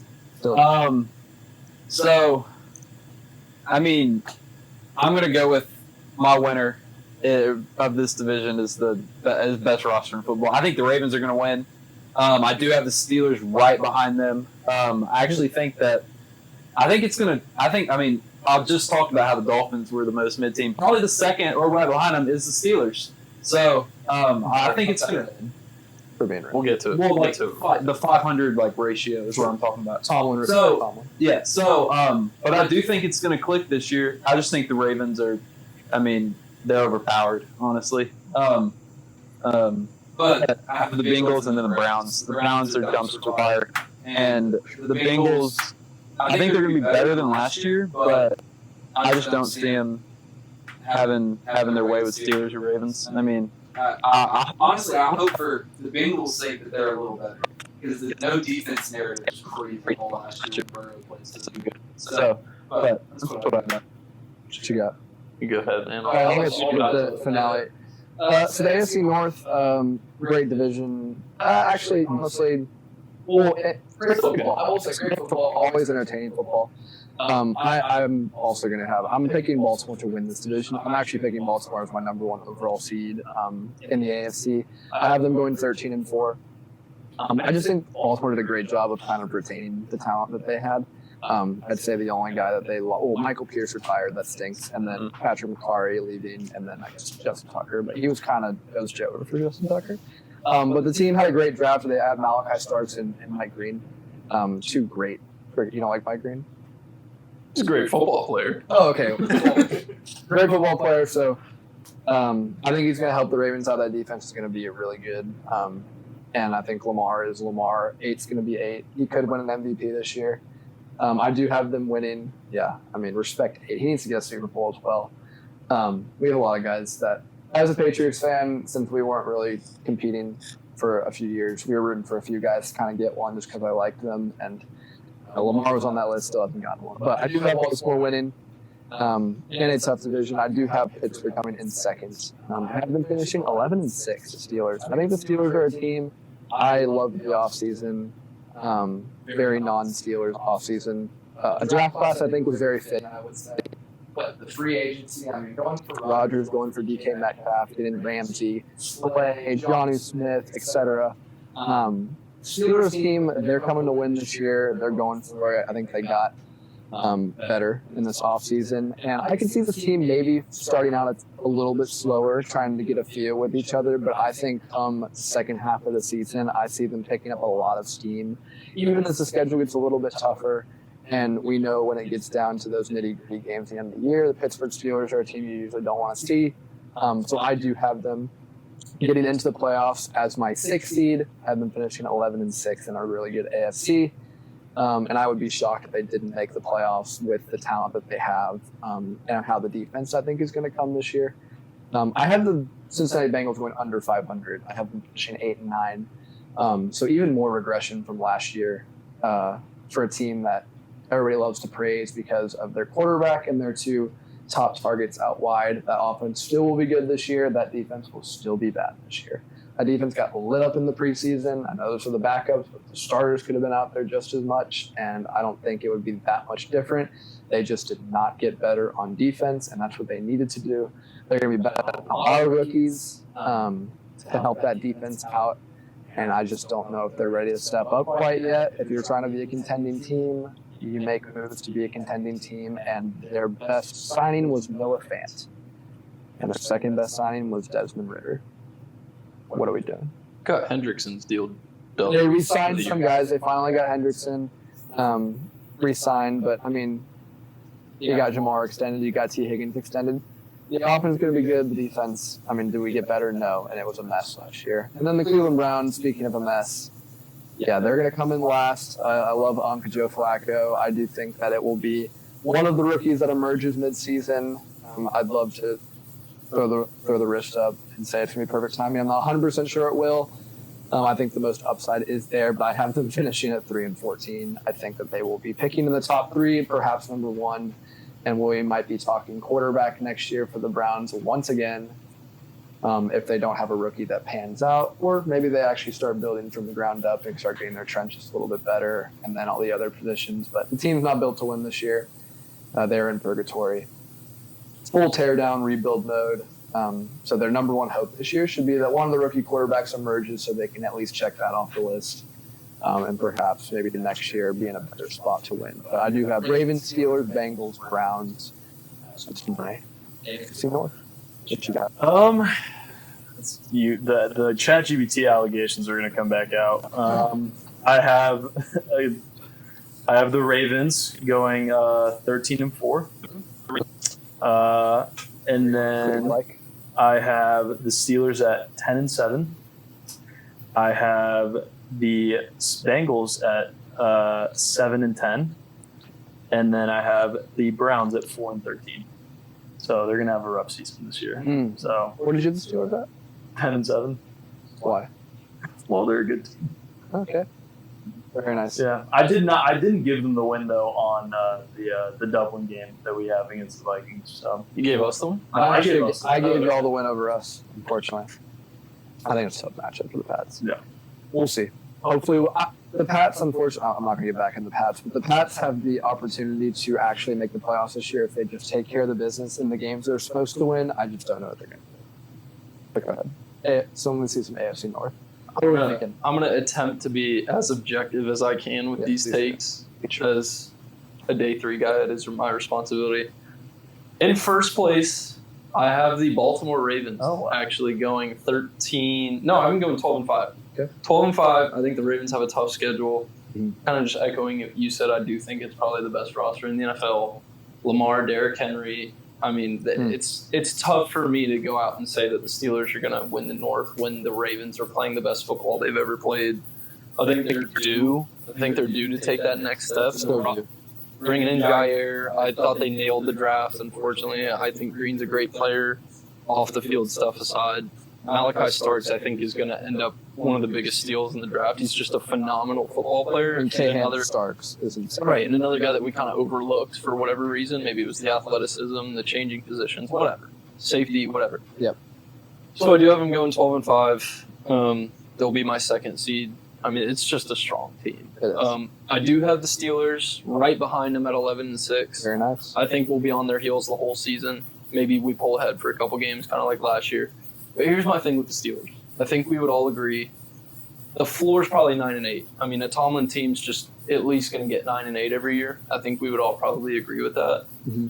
They've gone 10-7 in back-to-back years with Russell Wilson and Justin Fields, who I think last year we kind of saw what the Steelers look like with some leadership at quarterback because they've lacked leadership ever since Ben left. They've had no identity on offense. And with Arthur coming in, he wanted to run the ball, pound the rock, use play action, all that.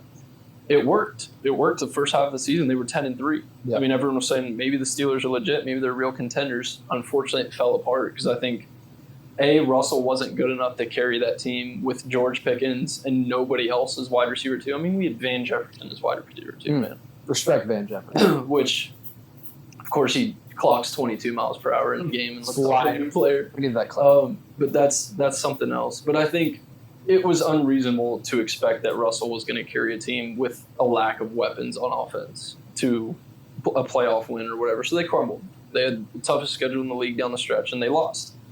But I think most people would agree with this, I think Aaron Rodgers is a better player than Russell Wilson at this stage. Even aging. I think he fits with Arthur Smith like a glove. He uses the middle of the field, which is something we had no access to last year. You got Pat Freiermuth. You got Jonnu over the middle. You got DK, who's an upgrade over George Pickens, I think we'd all say. Calvin Austin, phenomenal year last year. But he'll be a good wide receiver 3. I think they do need to add a wide receiver 2 if they want to go if they want to win the division and compete in the playoffs. I think they'll need to add someone at wide receiver. But I just think, and Mike Greenberg did a great take on this, but he was explaining how the Steelers have just won with terrible quarterbacks over the years. And he's like, of these, who is Rodgers not going to outplay? And I think if we get any stability from Rodgers, the O-line seems to be taking a step up. They're young, they got talent. Everything's kind of meshing together in a way that they look like they can really compete this year. Yep. And with J. Ram, I think, I talked about this in pod 1, but I think he's a puzzle piece that we haven't had in that nickel and can play everywhere. I think he's going to be great for us, and I think the defense is going to be – they should be the number 1 defense in the league. I don't think it's crazy to say that. They're the highest paid. If they play like that and we get middle-of-the-pack offense and then Rodgers can make some plays down the stretch, there's no reason this team can't win a playoff game. No doubt. So that's why I have them in second.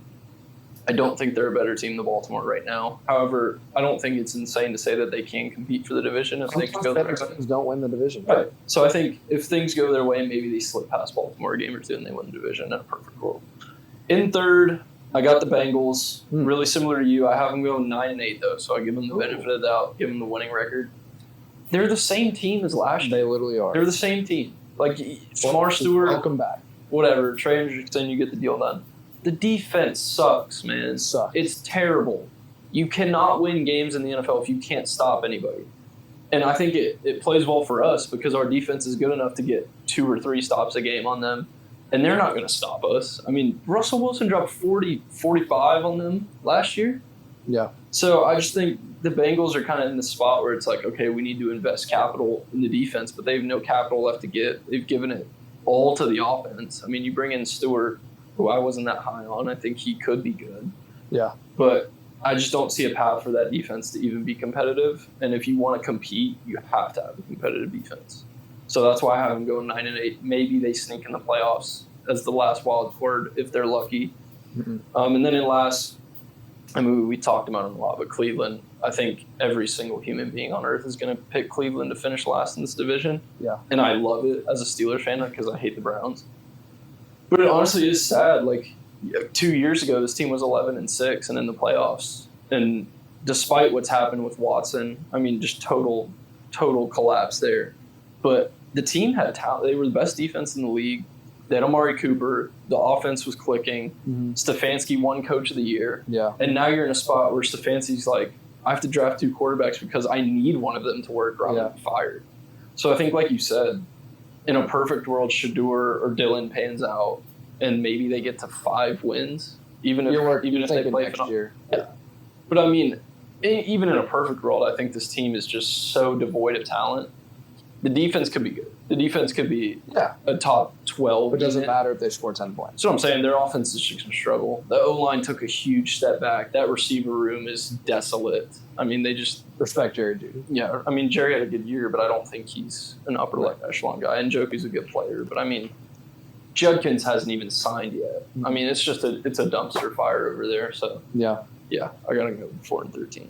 And before we move on, I would like to say the Bengals fall in that same category to me as the Dolphins, as like they are the exact same to me in terms of like they aren't moving anywhere. The only difference is you got Joe Burrow at the helm, so I think he's going to end up winning some games himself that they have no business winning, maybe 45-42. So I could see a plummet from the Bengals this year. If God forbid somebody gets hurt on that offense, that team could end up being a 5-12 team, dare I say, with how bad that defense is. But we can move on. The AFC South, not a great division here. Yeah, I mean, we're talking about a bottom division here in the NFL. Not a pretty good division, like I said 2 weeks ago. Yeah, that's not pretty good. You get a loss for that. Yeah, no, it's definitely hand up. It's definitely bottom. 2 hands up on this. But I will say that I think it's going to continue to trend, and the Texans are going to win this division. And then, I mean, after them, it's a toss-up, honestly, in my opinion. But I'm gonna go out on a limb here and say there's some magic happening in Nash Vegas. I think the Titans are going to come in second in that in the division. I think Cam Ward. I think right here. I think Cam Ward's going to do it for him. I hope that. I mean, Nashville football has just been hurt the last few years. Ever since Graves left. I mean, it's like a pit. New stadium. Yeah, and that thing is fat. But anyway, And I am going to have the Jags after the Titans with the Colts bringing up the rear. But, I'm Jacksonville. I just want to see Travis. I mean, honestly, I want to see Travis Hunter and see his two-way gig. And the Colts just got to find a Q. Jeez, man. They probably won't this season, but, we'll see. That's what I have. Yeah, I like it. What do you got? I have Tennessee winning the division over the Texans. Wow. Yeah. Why? Well, they both have the same record, and the way it kind of panned out with they have the tiebreaker over them. So What did they finish at? 7-10. They win That wins the at division. Yeah, 7-10. 7-10. Indianapolis at Tennessee at 7-10, and then I have who else is there? Oh, Houston at 7-10, Indianapolis at 6-11, and Jacksonville at 5-12. Is that the worst division of all time? It would be. I mean, it might be. We'll take from Mr. Irrelevant. The worst division of all time. Now, I'm not going to lie to you. That's not going to happen. There's no way we're going to have a 7-10 division winner. I refuse to believe that. But I will say, I do think it is going to be a really, really bad division this year. And I have the Texans also winning. I have them at 9-8 winning the entire division. And I'm not high on the Texans. They were a team that I was lower on than most. But the only reason I have them winning is because I'm low on all the other three teams as well.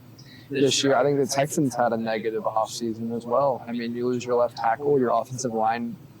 Did it get better? Did it get worse? It might have gotten worse. It got worse. And you're dealing with the running back trouble right now. Hopefully Nick Chubb's back. I'd love to see him play well, but I'm not sure about it. And then, I mean, we'll see if C.J. Stroud can do it himself.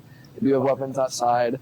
They should have a good attack, a good aerial attack. And the defense is pretty good still. So I do think they are the best team in that division, but that's not saying much. I have Jacksonville in second at 8-9.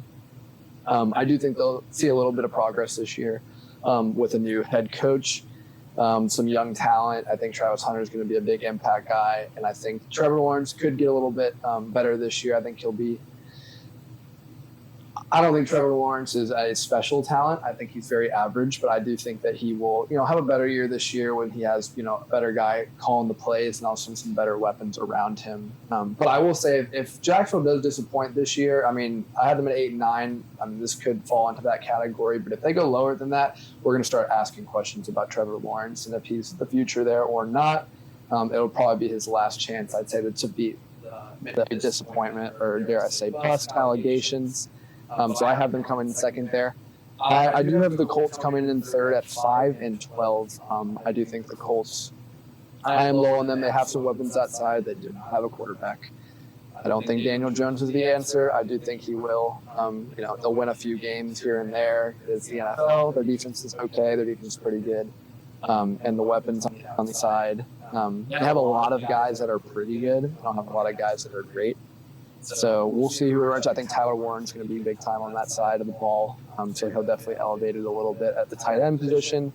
And we'll see if JT can get going. But, they could potentially be the worst team in the division. But I do have the Titans bringing up the rear, and that is not a knock on Cam Ward. I love Cam Ward. I just don't think that Titans team in general is very good right now. And I think they know that. I think that they're just trying to hope to see that their rookie quarterback, maybe wins them a few games or shows some promise this year. But I would love to see the Titans, make a run in the division, perhaps win it. I'd love to see it. And so I'm rooting for them. I personally, just from a talent level, I don't see it happening. But we'll see. I think crazier things have happened. And if there's going to be a division that's going to be totally out of the ordinary and have a very odd winner, like the Titans, it could be that AFC South this year. So that's what I got. What you got? So my AFC South almost looks identical to yours. It's really similar. I do have Houston winning the division strictly because it's a terrible division. It's terrible. That O-line scares the death out of me, man. They invest a lot of capital at receiver. They bring in Kirk, draft 2 more. You bring in a couple older offensive linemen, but I think you didn't address your biggest need, especially when you ship off a franchise left tackle like that. You better have a plan to protect the guy that's supposed to run your franchise, and I think they didn't do a good job of addressing that. I think they will win the division just because I don't think any other team has the firepower to compete. However, I do have Jacksonville in second at 8-9 like you. I think this is a year of hope for Jacksonville, and I think it's something that they didn't have last year. Everything looked so grim because they were expecting them to be really good. coming off the playoff appearance, but they just didn't have it. But I think you add Travis, your franchise is excited. Cohen's coming in. I think Trevor's going to play well, and I think that defense can be decent. They got 2 good edge rushers. The secondary's okay. But I think it's a year where they just get better throughout the season. I think they squeak out 8 wins. I mean, I'm not saying they're going to be a playoff team and win playoff games, but I think they're going to be a lot better. And I think, fans will be excited about the direction that Cohen has that team going in. Mm-hmm. And then in third, I have the Colts actually at 6-11. Okay. My reasoning for that is because I think they have more depth than the other teams. I agree. Especially at receiver. Their defense, I think, is probably the best in the division, just strictly based on who they have on their roster. I think Daniel Jones is going to be serviceable. I can see that. It might be an insane take. I'm not saying he's going to go win the MVP or anything, but I think he has 2 things that he didn't have in New York, and that's a lot of weapons and a decent O-line. Yeah. And I know he had Dable, who's a great head coach, but I think he's honestly a better fit with Steichen's system, and I think he can run it well, use his legs a little bit. So I think they squeak out 6 wins. And then in last, I have Tennessee at 5-12. Okay. So I think they'll be just below that. Again, this is one of those divisions that's kind of a toss-up. Like, all these teams could switch, they could interchange, but I think Cam Ward's going to play okay. I'm probably not as high as you guys are on him. I think he's going to be really good. I don't know if he'll ever reach, top 10 or anything like that. But I think he's going to give them flashes and excitement, and I think that's all you expect if you're a Titans fan. Mm-hmm. The team's just pretty devoid of talent overall. I mean, it's a rebuild. They got to address receiver. I mean, it's Ridley and not much after that, and Ridley's getting up there in age, so I think they got to find out a plan for the future there, weapons-wise. The O-line, you're encouraged. You got Latham, Skoronski, so they brought in some pieces there, but I just don't think it's enough to be a serious team, so I got them at 5-12. Unless Van Jefferson just starts sliding like he was. That's true, man. That's true. He could be the difference. That division. Well, moving on. Get to a good one. This is we go from a really bad division to possibly the best. I would argue the best. Yeah. So I mean, it's going to be hard not to pick the Chiefs with Kelsey and Swift getting engaged, but the Chiefs are going to win, I think. But I mean, we're talking about freaking loaded division. Mm-hmm. Behind them, I have the Broncos. I think they're gonna. I mean, we saw what Bo Nix did last year. I mean, I think it's just gonna be more of the same. The sophomore year kicks in, and he's gonna. It's gonna be good for the Broncos, I think. But then I have the Chargers and then the Raiders. The Chargers are encouraging with Jay Herbo, and I know we talked about him. He was your guy last week. That's right. But I mean, Ladd. Shout out. I mean, Madison Beer, man. And I mean, he's got good weapons. He's got Ladd. Gotta love But there's just something the Harbaugh looming Michigan thing that people are talking, because Michigan just got brought down. They got the hammer brought down. I mean, hammer and $30 million check wrote off. They'll be all right. Yeah. And I think they'll be okay. And their coach. No, but I'm saying I just feel like there's a lot of I don't know. It's like he did that and then went to the NFL. He did his thing, did the wrong, and then got out of there. Mm-hmm. So I don't know. I just think there's a lot of looming issues with that. But yeah, Raiders in 4th. I mean, just Geno and Brock. What you got after that? And Genty. But what you got? So I'm similar, very similar. I do have the Chiefs at 12-5 winning this division. I don't think the Chiefs are going to be as dominant as we've seen. I think Kelsey, clear regression last year from where he's been. And I think Mahomes is going to kind of have to adjust to a new top target. Maybe Rashee Rice is that guy. He's looked really good. Slot merchant, but we're not going to talk about that. Worthy, obviously dealing with some off-the-field stuff. We don't know what's going on there, but I think he'll be a weapon for them. I mean, the Chiefs are the Chiefs. I think 12-5 is more than fair for this team. Defense has talent. It's Andy Reid. I think 12 wins is a pretty confident take from me there. They're going to be a playoff team. They're going to be in the mix. They're probably going to host a playoff game, which I do have them winning the division, so they will. But I think it gets interesting after the Chiefs. And in second in this division, I have the Chargers actually going 10-7. I think Herbert's a phenomenal quarterback. I think he's gotten too much hate because another team that's kind of been devoid of weapons ever since Keenan and and Williams left, he's kind of been left alone. Yeah. I mean, he's thrown to Will Disley last year, man. Respect Will And Ladd obviously put it on tape. The guy's going to be phenomenal for them. I think they added around him. I think KLS is actually, I know we talked about him week 1, but I think he's going to be a really good contributor in that offense. Omarion Hampton, I think, is going to be phenomenal. We were high on him coming out. Yeah. Phenomenal O-line. I know they lost Slater, which I probably have this team as an 11-6 team if they don't lose Slater. I mean, the guy's that He's good. the game. Yeah, I think he's that good. Najee is going to start the year. He'll be back, and he'll a be good good. 1-2 punch in that Harbaugh offense. Trey Harris, I liked him coming out. I think he'll be a good target for him. Keenan Allen's back. I think vibes are really good. Yeah. Jesse Minter had that defense clicking all year last year. I mean, they were top 5 unit. So I just think they're firing on all cylinders right now. I think they'll be competing. If they were in the AFC South, I'd probably have them getting 12 or 13 wins because I think they're that good. After that, I have the Broncos going 9-8. So I think I'm probably a little bit lower than consensus on the Broncos. I think we might see just a little bit of regression from Bo Nix.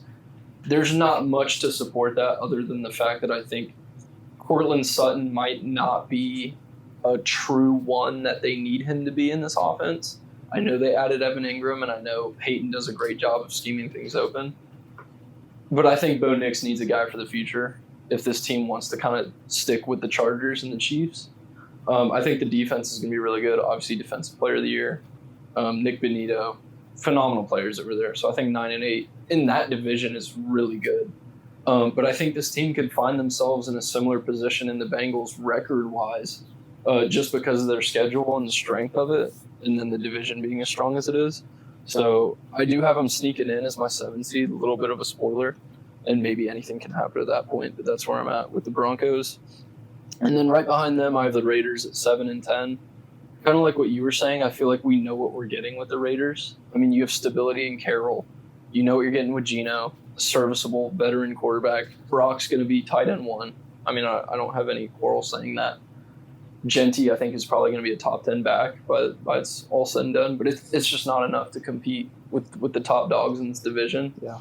And I think they're going to pile up losses, probably a lot of one-score games that end up not going their way because they have a lot of talent. I just don't know that it's enough to kind of stick with the Mahomes and the Herberts and everyone else. So got them right behind there at 7-10. I got Kansas City at 12-5, my 3 seed. He loves Taylor Swift. That's not a narrative that should be started. But, I mean, Kansas City will be Kansas City. I mean, they just continue on doing, great numbers for the NFL. Great players on their team. They got, Xavier Worthy, correct? So, and then Andy Reid, obviously, coaching them up. Pat Mahomes is still up there, top 3 quarterback in the league, I would say. Okay. So, Kansas City 12-5, pretty hannibal. I would say Denver at 11-6 at the 2. I'm really high on Denver. I just like the way they play. Really exciting to watch Bo Nix and kind of seeing no one expected him to be the guy to come out of that class to be the guy, but he is the guy, I would say. And then I have LA at 10-7. And then I have Vegas at 7-10. Okay. So we're almost the same. Yeah. Very interesting. Well, I'm going to go on a limb here. I have a new division champion in the AFC West for the first time since Peyton Manning was at the helm. I have the Denver Broncos winning the AFC West. In a tough division this year, I am very high on Denver. And the reason I'm high on Denver is they just added this offseason, man. They had a great draft. They had a great offseason and adding the pieces that they needed to add. I mean, they needed help at running back. You add in R.J. Harvey and J.K. Dobbins. And you add Evan Ingram at tight end. I think that makes a huge difference for your quarterback going into year 2 with already a great offensive line and then top 3 unit, I'd say, on the defensive end.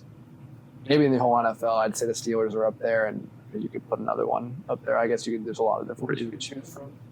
But I have the Broncos winning the division at 12-5 this year.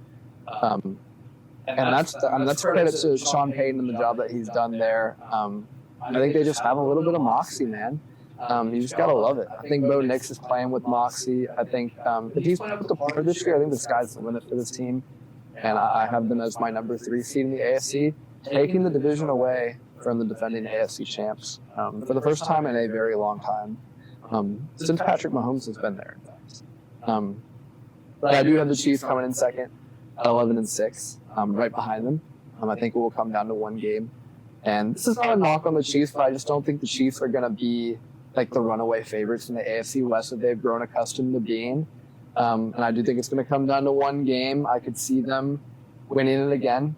I mean, Mahomes is still going to play well. I actually think Mahomes is going to have a step up from what he did last year as far as his play individually. I think if Rashid Rice kind of gets that all figured out, I think he's going to be a big part of that offense. And I mean, that Kansas City team, they brought a lot of guys back too. They did lose Joe Tooney, which kind of sucks on the inside, but it looked like they were willing to lose him. They had Josh Simmons at left tackle, who they've been high on.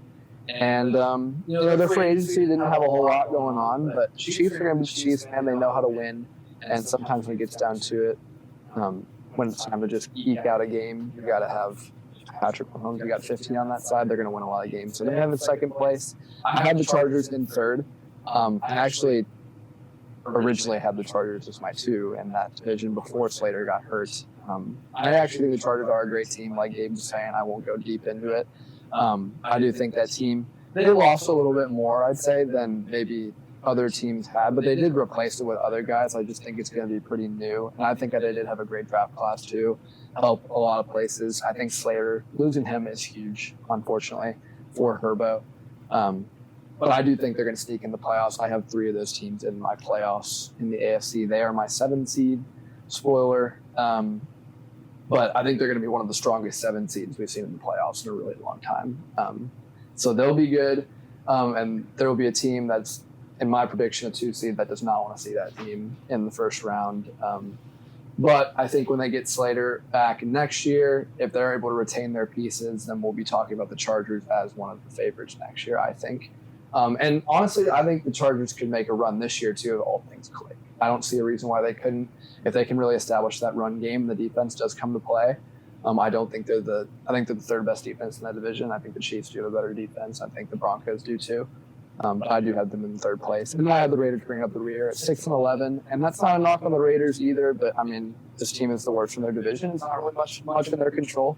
They're young. They have 2 blue chip guys on offense, in Bowers and Genty, that are going to be great for a long time. And they just need to keep building around those guys. And honestly, hope that the other 3 teams in the division come back to the pack a little bit, give them a chance. But they can steal a few games this year with Geno Smith there and Pete Carroll and Chip Kelly calling plays. We'll see if they keep Jacoby Myers. But the offense is a lot better than it was last year. And the defense is going to be pretty good, too. So that's going to be a great division. And unfortunately, the Raiders, record-wise, don't look like a very good team. But talent-wise and potential-wise, not a knock on Las Vegas. They're still going to be pretty good. So that's all I have on the AFC, boys. Kind of move on to your forte, the NFC. You want to kick us off in the NFC East? NFC East, I would love to. So I have Washington going 15-2, and they are my 1 seed. 15-2? Yep. Please explain that. Well, I think they are going to build on what they did last year. They made it to an NFC in a big way. They, I see regression coming from the Eagles, and I see it coming from the Rams as well. And to me, those are the top 2 teams in the division or in the conference. So yeah, Washington 15-2. They're going to single-handedly win that. Are you sure? Oh, I'll put it on the record. I don't care. Wow. Yeah. That you're standing on. Gotta get cute. We gotta have some fun here. Guys. Yeah. So Washington 15-2. Wow. And then we've got Philly 12-5. Good. And That's then not regression. not horrible, but I think Washington's definitely gonna make a push. So Philly 12-5, and then Dallas 7-10. Okay. I'm not a Dallas believer. I don't like see why. I mean, you're about to lose Micah Parsons. Like realistically, Not good. That's just going to do like that. That's a franchise player right there. And I think that they're constant like putting their faith in a guy. Like I'm not a Dak Prescott believer, like personally, and I just don't think that any of the fact that they paid him that much money for like I just don't see a long term where they're going to make a push into that upper echelons of teams. Like they're a mid team to me. So I don't see Dallas doing anything crazy this year. And then sadly, the way this all played out, the Giants ended up going 4-13 with and Dable out. We're acting like the Giants are like a contender. They're not, I know, and it hurts me so much to say it because like they have such a good thing going, but I went through all the games and they came out 4-13, and sadly I just don't see. Tough schedule. Yeah, it's They do have a tough schedule, I will say. and so and I don't think that is, and I think it's more about the schedule than it is about the team because. I mean, Neighbors is nuts. That guy. I mean, he is him. And then you have, obviously, the quarterback situation. It's just fun. Like, I think Rusty, like you said, very serviceable, a veteran guy who I don't know how good their O-line is, but I don't even know their running back. So, Tyron Tracy. exactly. So, like, Cam Scott, yeah. So, I mean, I don't know. 4-13 for the Giants. It sucks to say it. Sounds like you were talking yourself into maybe more than 4-13. Yeah. Well, the heart wants what it wants, I just don't see the Giants doing it. So yeah. B-Man, what you got? Well, I mean, I'm gonna stick with the defending Super Bowl champs. Smart. The Eagles. 17-0. No. They're gonna do their thing. They have all their pieces back for the most part, and they're gonna roll. Commanders close second. Same with Bo. The sophomore quarterbacks. I'm a big fan of sophomore quarterbacks, and I think Jaden is just gonna do his thing, especially with the new pieces. They got Tunsil to block for him. They got Vaughn on that side. Defense. Oh, it's fun. No, it's fun. Just keep going. Von Miller. Do the thing. Yeah. Do the 3-2-1. Agreed. Okay, so they have Von Miller on the defense as well. I'm taking the Giants as my 3. I love it. I like it. They're fun. I like Dable. I don't know. I think that they Neighbors is going to be a stud fantasy. Their D-line can destroy worlds. And, there's too much going on with the Cowboys right now to lock them in as a 3 or think that they can, make noise in the division. There's too much with Jerry Jones going on. I don't know. It's all really weird down in Dallas right now. It is. So that's why I'm my 4. It's always kind of weird down in Dallas, I feel like. Yeah, they just can't seem to figure it out. There's always something going wrong. Old Jerry world. I'll hit it. NFC East. Are you done? Yeah. For my NFC East, I'm going to go The defending champs. I'm going to go defending champs 12-5. The Eagles. I think they're going to win that division handily. It's a great team. I do think they have a pretty tough schedule. I think we'll drop a few games. But, the team that did lose a lot of guys, unfortunately. They had to replace some guys. I feel like that team had the most depth in the NFL. They're going to have a lot of guys step up. And I think that they had a pretty good draft.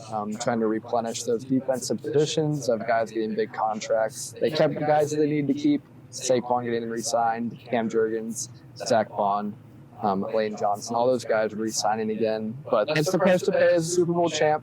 You lose a lot of your assets to teams that also want winners, but Howie Roseman's very good at his job. I think he did a good job trying his best to replenish that team. So I still think they're a top team. I have them as my number 2 seed in the AFC, or in the NFC, I'm sorry. 2 seed in the NFC. My 2 seed in this division would be the Washington Commanders at 9-8. So I think the Commanders a little bit more mild than a 15-2. But I do have the Commanders coming in second. I think the Commanders actually had a very good offseason. I unfortunately just think that they also have a really tough schedule. And I think Jane Daniels is that guy. I think he's very good. I'm not sure if he'll be as good as he is this year as he was last year. I think teams are obviously key on him a whole lot more. They were doing it by the end of the year last year. Had to respect him. But I think the team, they were at 12-5 last year. I think a lot of people they were a soft 12-5. I think they record-wise. But the offense, scoring back is big. I do have the team in playoffs at 9-8. I have the G-Men going in the division as well. I have the G-Men at 9, just looking back at the Commanders. I think that pass rush is going to be a problem. And I do think Russell Wilson is going to play some pretty good ball. I think he's going to stay in the whole year. I don't think we're going to see Dart this year, and that's no knock on Dart. Dart's can be good. But I think they're going to keep Rusty in there. I don't think the O-line's good enough to throw in your rookie.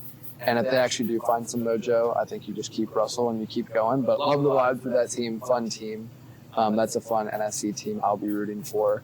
The G-Men, and then last, I believe the Dallas Cowboys come in last in the division, which sounds wrong to say.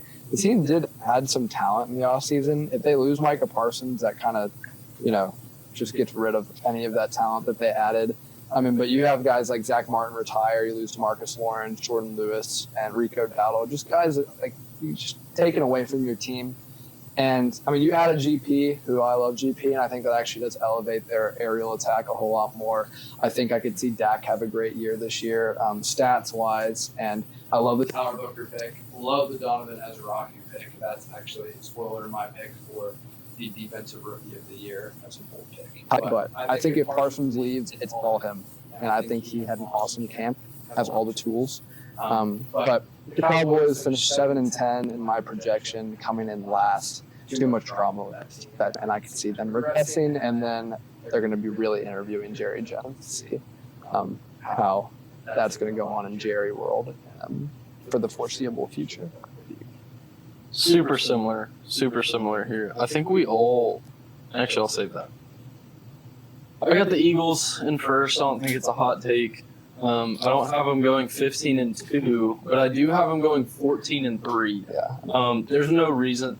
The rest of the league's chasing the Eagles right now. They all see what the Eagles have, and they're trying to mimic that because it's a copycat league, and I think Philly's just going to be the top dog until they're not, and I think they will be next year.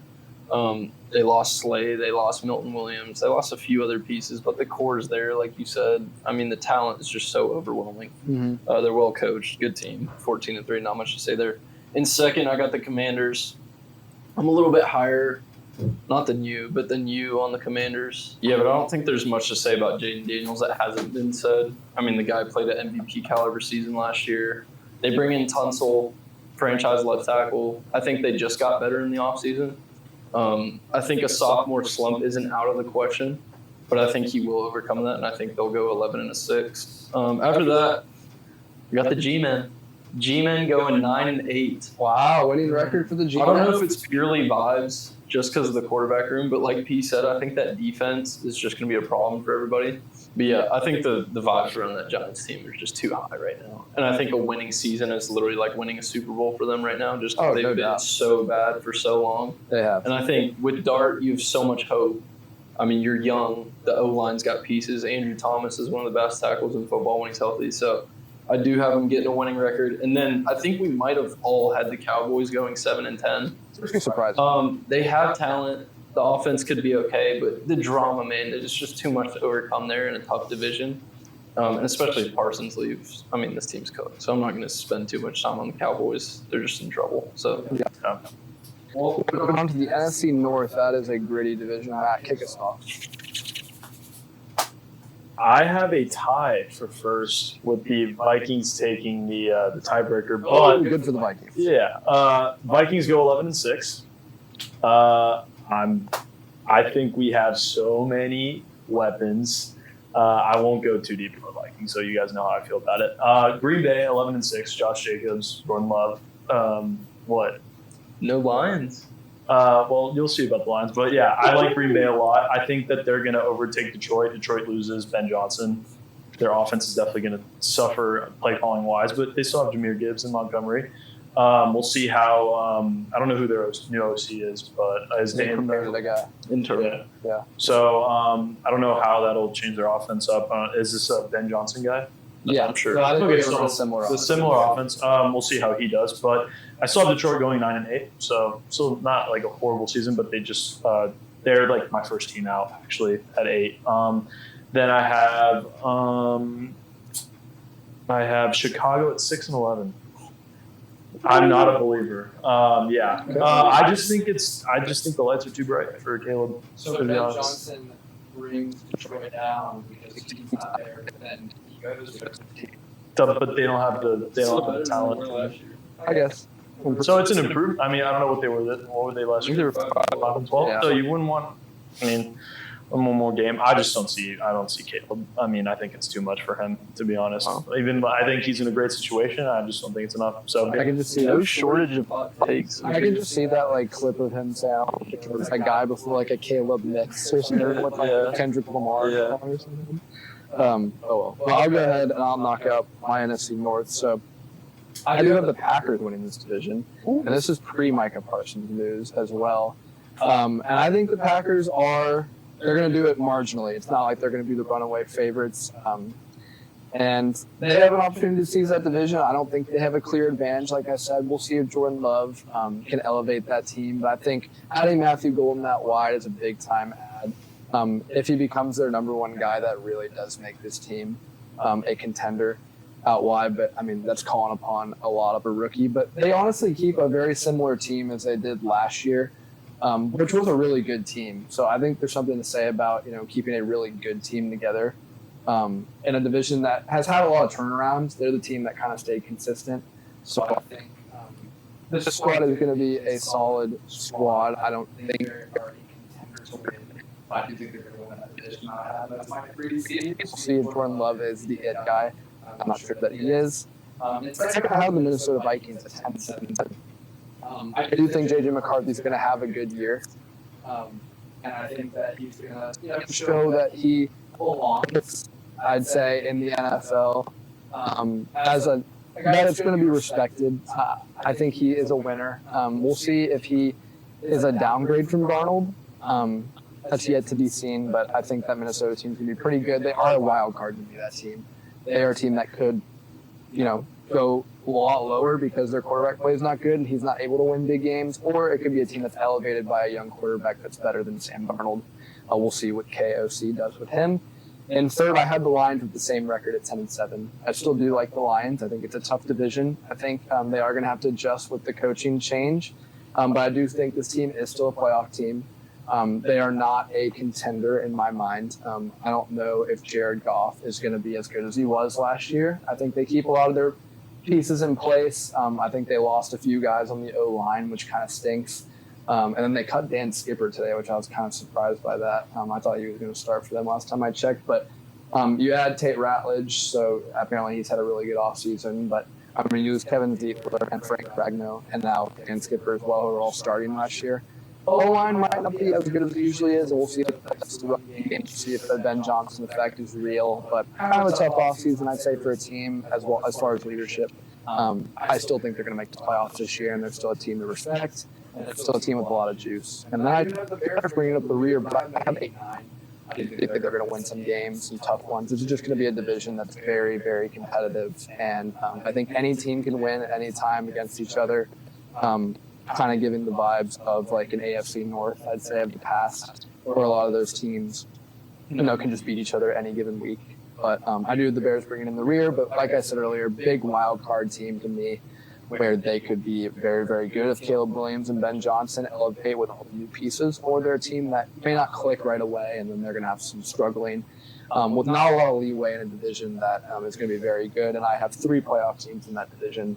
The top 3, Packers, Vikings, and Lions. But anybody else want to take it away there, P? Yeah, I'll go. Mine was similar. I have the Packers. I'm sticking with my, who was it week 1 we did higher or lower? Or week 2? Whichever week it was.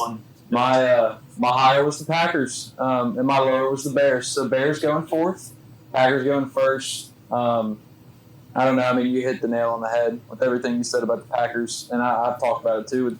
Been taking the first receiver since we've been born in the first round. Second, I have the Vikings. I don't know. I like McCarthy.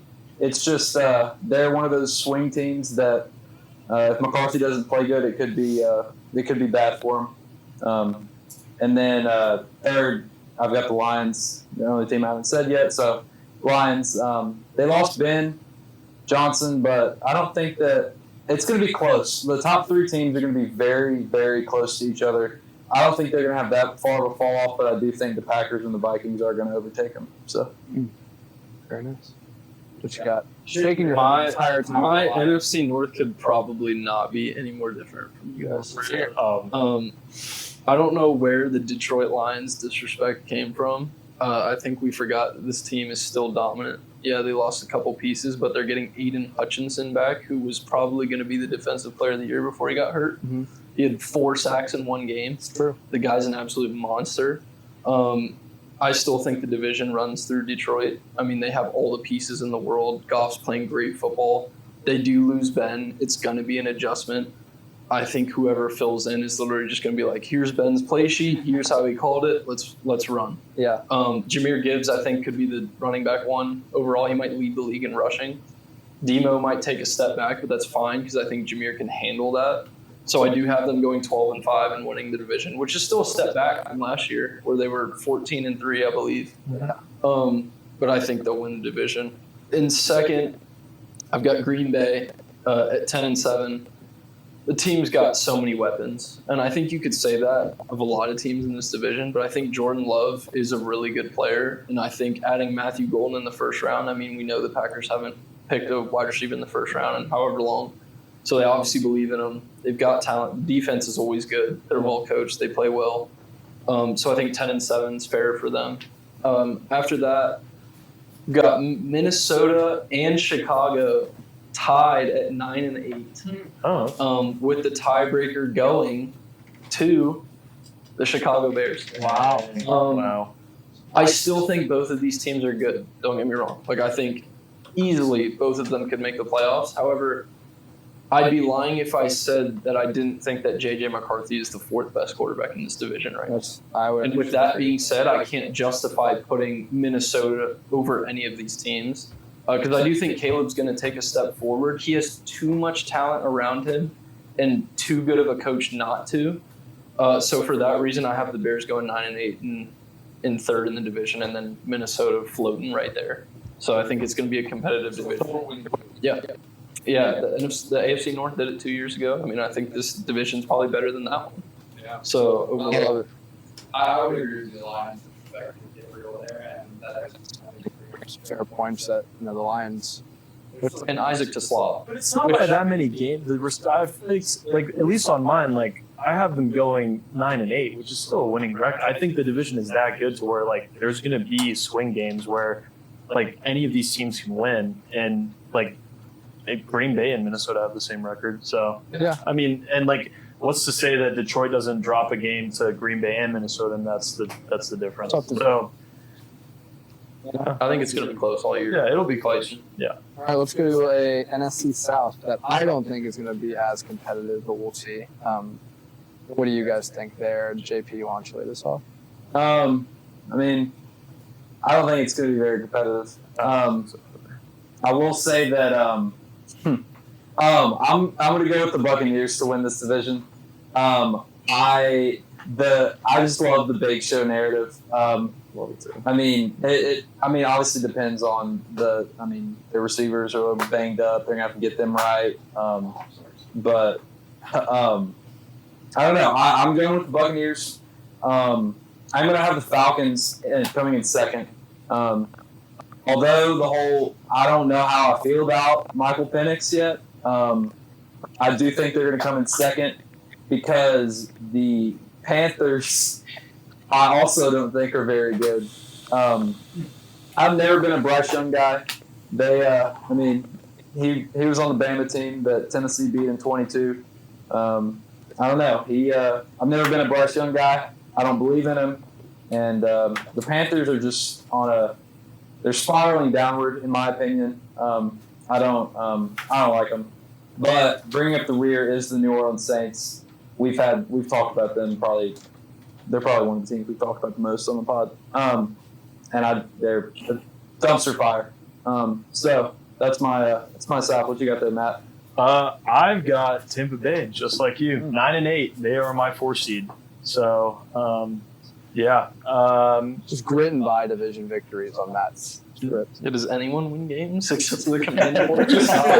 Commanders win it all. Yeah, no. So Tampa Bay 9-8, just like you said, love the Big Show narrative. I mean, they've got. I love it. I mean, well, the rest of the division, it's. I got Atlanta at 8-9. Oh, right behind them. Yeah, and then I've got Carolina at 5-12, so they improved on their record of last year. It was what 2-15, and then New Orleans. Carolina 2-15. No, they're 5-12, I think. No, that was a while back. Remember at the end they started winning games. Okay, well, my research did not go right. That's okay. Anyways, New Orleans 4-13. Yeah, they are a dumpster fire.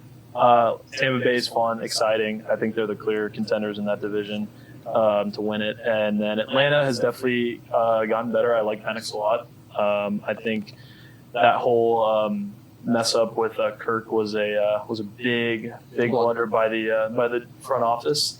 We're happy about it because I'm happy about it. It got him off our hands. I was never much the Kirk believer, but Carolina. I think he was. I just gotta say, I have to put this out there. The hate that you give for Kirk when he was really good for you guys. How many playoff wins did he? Dude, you could say that about so many quarterbacks. Yeah, but You could. he had like the one time we went the distance, he was injured, and who was it that got us there? Case. I'm just saying, if JJ played like Kirk this next season, you would be on your knees thanking him. Well, I don't know because I mean, look, before he got injured, Kirk was on the rise, but yeah, no, I was never a Kirk believer. I'm sorry, we didn't. I mean, we never did anything with him, so that's just. I have no problem with saying that. Yeah. Okay. New Orleans sucks. Yeah. Swag surfing. I just love. What do you got for the NFC South? All right. Good, great guy. Sorry, I just have to put that. I have nothing against him as a person. The best. But like quarterback, one playoff win in his career for us. I think he's going to get a chance somewhere. I think there's going to be someone that gets a little desperate. I don't know who. I think Kirk's going to end up playing sometime this year for someone that's not the Atlanta Falcons. Kirk might be a Colt. We'll see how Danny Dimes reacts. All right. Anyways, my division looks pretty much the exact same as you guys are saying. I'm just going to put some records there. I got Tampa Bay at 11-6. I'm actually really high on Tampa Bay this year. I think they have so much talent almost everywhere. I think they got better. That O-line's really good. Wirfs is healthy. I mean, Baker's phenomenal. I think he gets too much hate, but I think Tampa's going to succeed in a division that's not very good. I got the Falcons in second. I got them going 8-9. I think they just missed the playoffs, but I think Penix shows you that he could be the guy. I think it's a year where he is like, kind of takes the reins and is like, this is my team. I think Drake London's a stud. I think Kyle Pitts might even have a little bit of a resurgence this year. My gripes almost on the defense. The defense is really young, man. I think they've got pieces, but I think it might take some time to have a cohesive unit. I think Jesse Bates is the best safety in football. AJ Terrell is really good. But the two rookie edge rushers, it's going to kind of come down to them as far as if they can this team to be a 10-7 team, I think. They're well coached. I think they'll play well, so I got them in second. In third, Carolina. I got them at 7-10. So a serviceable record. I think Bryce takes another step forward. I think by what you see, I think Tet's going to be a great target for him. But kind of the same thing. I don't think they have the firepower to overwhelm some of these teams. I think the O-line's good, and I think they have stuff to build on. But I think Atlanta's just a little bit ahead of them in the talent department, especially coaching. And then in last, I'm not going to harp on New Orleans. I got them going 4-13. They're just it's bleak over there. They're the Browns of the NFC this year. You hope Tyler Shuck works out, and then I don't know if he is, but we'll see. You're high on the Bucs. I am higher on the Bucs. I have them as my number one overall seed in the NFC at 14-3. Jeez. I love Tampa Bay this year. I think that team is tough. I look at that roster and I go, I don't know what I don't like. If Chris Godwin comes back healthy and he starts contributing again, I don't know what's not to like about a Tampa Bay team unless Baker Mayfield starts to suck. But I don't think so. I'm a big fan of Baker, and I think he has totally bought into that Tampa Bay culture. I think the defense is awesome. I think they had a good draft. I think you add Emeka Egbuka to that. I always have trouble with his name. Emeka Egbuka to that offense, and You still have Mike Evans there. There's a lot of veteranship on that team. And veteranship. I think you have Bucky Irving that has an awesome year at running back this year. And I think Baker Mayfield is my early sleeper MVP. I was going to say that too. NFL this year, if they are firing on all cylinders like I expect them to be on offense, and they do end up going 14-3, he's going to have a pretty compelling argument. And what a story that would be for a career turnaround for a guy that was once the number one pick, was once a bust, and then once let a Thursday Night Football comeback of 98 yards with the Rams, and then ended up reviving his entire career and then going to Tampa Bay. Love the Bake Show. Have them as my number one seed in the NFC and winning this division. I have the Falcons coming in second with a winning record at 9-8. I do think the Falcons are good, and I think that they improved. I think the news of Caleb McGarry today, that sucks for the Falcons on an O-line. That was a huge plus as far as the NFL goes, but I don't think the Falcons added a ton of veteran help, but I do think that they drafted really well, and I think that they really filled in the holes in the defense, pass rushing wise, with Jalen Walker and James Pierce, that you hopefully are early contributors. And if they are, and if Penix is playing good, they have a ton of weapons on offense. That Falcons team could get hot and be scary for some teams. I do have them coming at 9-8, and then Carolina in third at 7-10 as well. I do like Bryce Young. I do think they have some juice going. I think Bryce kind of turned it around last year, and adding Ted McMillan is going to be a big plus for him. And I think he's going to have a great year. You extend J.C. Horn, which guy they had to, but they didn't really lose a lot of guys. And that Carolina team kind of like the same vibes as, I guess, New England in a way, where you just kind of feel the good mojo coming out of that camp this year. People like what they're seeing from Carolina, but I do think they're going to miss the playoffs and go 7-10 this year. And maybe we'll see them next year with a few more bigger splashes and moves to try to move the needle a little bit. And then the Saints 3-14. I'm not talking about the Saints, just a disaster. They do have the potential with some veteranship to maybe win a few games, but Saints coming to last. They're hopefully going to be picking number one for their sake, and they're going to hope that Arch Manning overrides Archie Manning and comes out.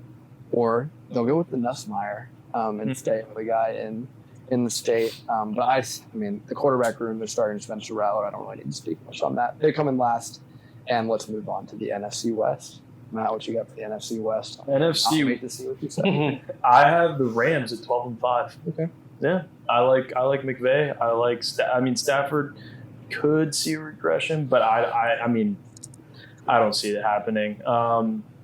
Aside from that, then I've got Arizona at 11-6 with Kyler Murray coming back, Marvin Harrison Jr., James Conner there too. I'm excited about that. They should be good. Trey Benson. I was about to say, Trey Benson, my guy, Trey Benson. I do see San Francisco at 8-9. They regress, I think. I don't see them doing much. Well, improvement last year, but yeah, well. And then I have Seattle at 6-11. I don't think Darnold is going to turn around there. Already turn on your boy? Your guy just led you to 15-2. You think he's going 6-11? Yeah, but then he, bad in the last two games. Oh, they were 14-3. That was implied. And then he, lost the tiebreaker. Yeah. So, yep. I don't see. I mean, yeah. I mean, I think what's his name comes in. Alabama quarterback Milroe. Yeah, Milroe comes in mid-season. Mid-season. Yeah. Wow, Kirko Part 2, another former Minnesota quarterback losing his job in the first year of his new contract. He's not in Kevin O'Connell's I system. love the hot takes. I mean, I'm a Mr. I don't even think he believes that hot take. Oh, he's not in Kevin O'Connell's system. Dude, this is the guy that predicted Justin Herbert being He a starter did? before And I will say I was high on Milroe. I think he has a ton of potential. I don't think it's this year. 3 fumbles in the last preseason. I mean, I don't think it's this year. We'll see about it. I think he should have ended up in a different team in that division. I'll talk on the Rams if you want me to. I'll go on. So I think the Rams are going to division. Like Matt, I do agree with that. I think they're going to be 11-6. A lot of That's on that team. If Matthew Stafford is healthy, that team is a team that can be dangerous for playoff time. I think Monte Adams signing is huge. I think that's just kind of elevated our offense so much. He still has a lot left in the tank. I think their Draft wasn't quite as notable. They didn't have a ton of picks. But got a tight end, Terrence Ferguson, pretty good. And I like Josiah Stewart. I kind of want the Patriots to get him, but didn't end up with him. But the biggest storyline is the Stafford injury. I think as far as he is healthy, that team, they could beat any team. I think that their pass rush is amazing. I mean, you have Jared first. Yeah, you have the reigning defensive rookie of the year that's going to come back in a big way in year 2 and really make a big impact. But we'll see about the Rams. I have them winning the division. Second, I do have the Cardinals as well. I have them as 9-8, a little bit more tame. But I do think Tyler's going to have a better year. I think Marvin Harrison's going to have a better year. I think they added some guys. They didn't really lose anybody. It was big time. And I think fans can get more excited than they've been in years past in Arizona. So we'll see if this team's a playoff team. I think they're going to be knocking on the door, but we'll see. And then the Seahawks, I have at 8-9. I have them coming in third. I actually do think the Seahawks are better than you gave them credit for. I think that they had a gutsy offseason, adding Sam Darnold at the helm and getting rid of Geno Smith, trying to shake things up a bit. They just got MVS, which I was kind of surprised by that. I guess they're really big on Torrey Horton, who is doing really well. And Gray Zabel's a great as well. Like him Worry on the defensive end. He also got a great defense. I think Mike McDonald is a good coach. And the team has weapons. We'll see what they do. We'll see if JSN has a big time year this year, but I have them at 8-9 and just missing the playoffs. And I have the Niners bringing up the rear in that division. I think that they have a lot of injuries right now. I'm not a big believer in re-signing Brock Purdy and purging away all of your salary cap. We'll see if it helps them in the long term. But this team has lost a lot of people. I mean, they lost a lot of the guys that have been there for a while. You do get Robert Saleh back at the DC. We'll see if that makes a difference on their defensive end. I didn't think CMC is going to have a great year, but the Niners not so much. I had them at 7-10 and coming in the rear. Who wants to tackle it next? I mean, mine's pretty similar. The Rams, we got the Rams.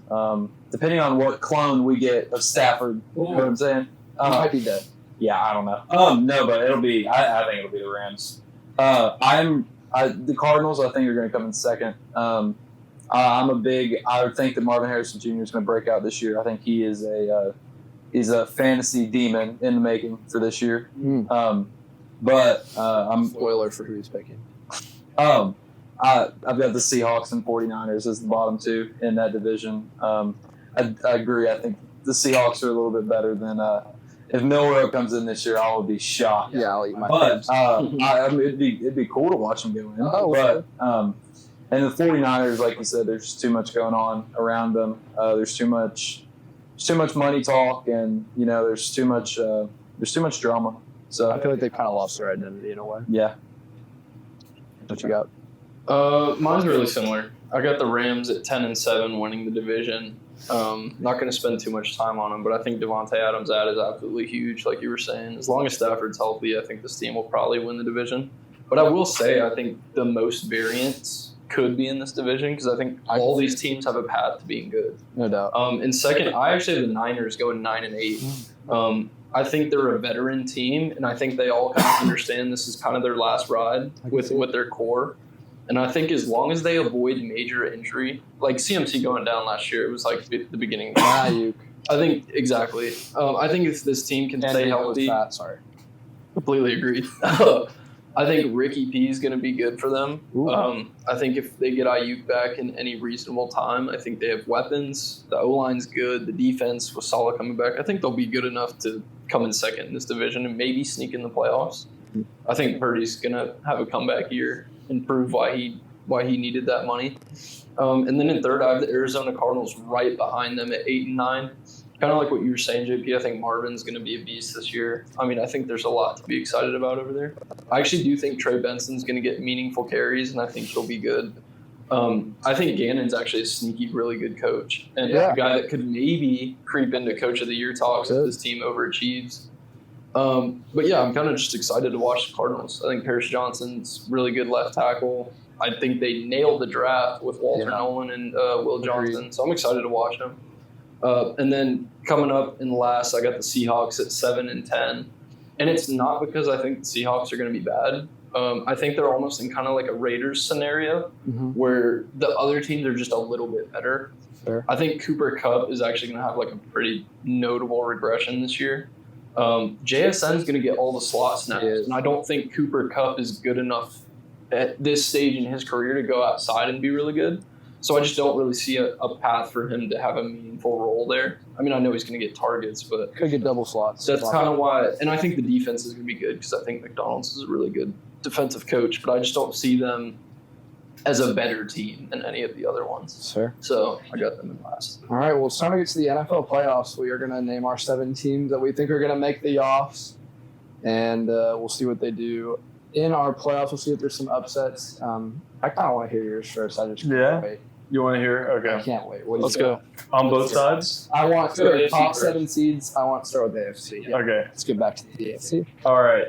And the 7 seed, it came out to be the Steelers, and they're playing the Ravens, number 2. Oh, tough draw. Again. Really brutal draw. Then we have the Chargers at the Chiefs, and then the Broncos at the Titans. The Titans? The Titans are 4, yeah. Cam Ford As a is division- Hosting a playoff game. Well, what happened? How's it shake out? So we have the Steelers beating the Baltimore Oh my gosh, Ravens. they go on the road and get it done. Then we have the Chiefs winning at home against the Chargers, and then Denver goes into Nashville and beats the Titans. And Team that probably shouldn't be there, but they get their so playoff 2 game. road victories. Yeah, and then the Steelers go and play the Bills. Okay.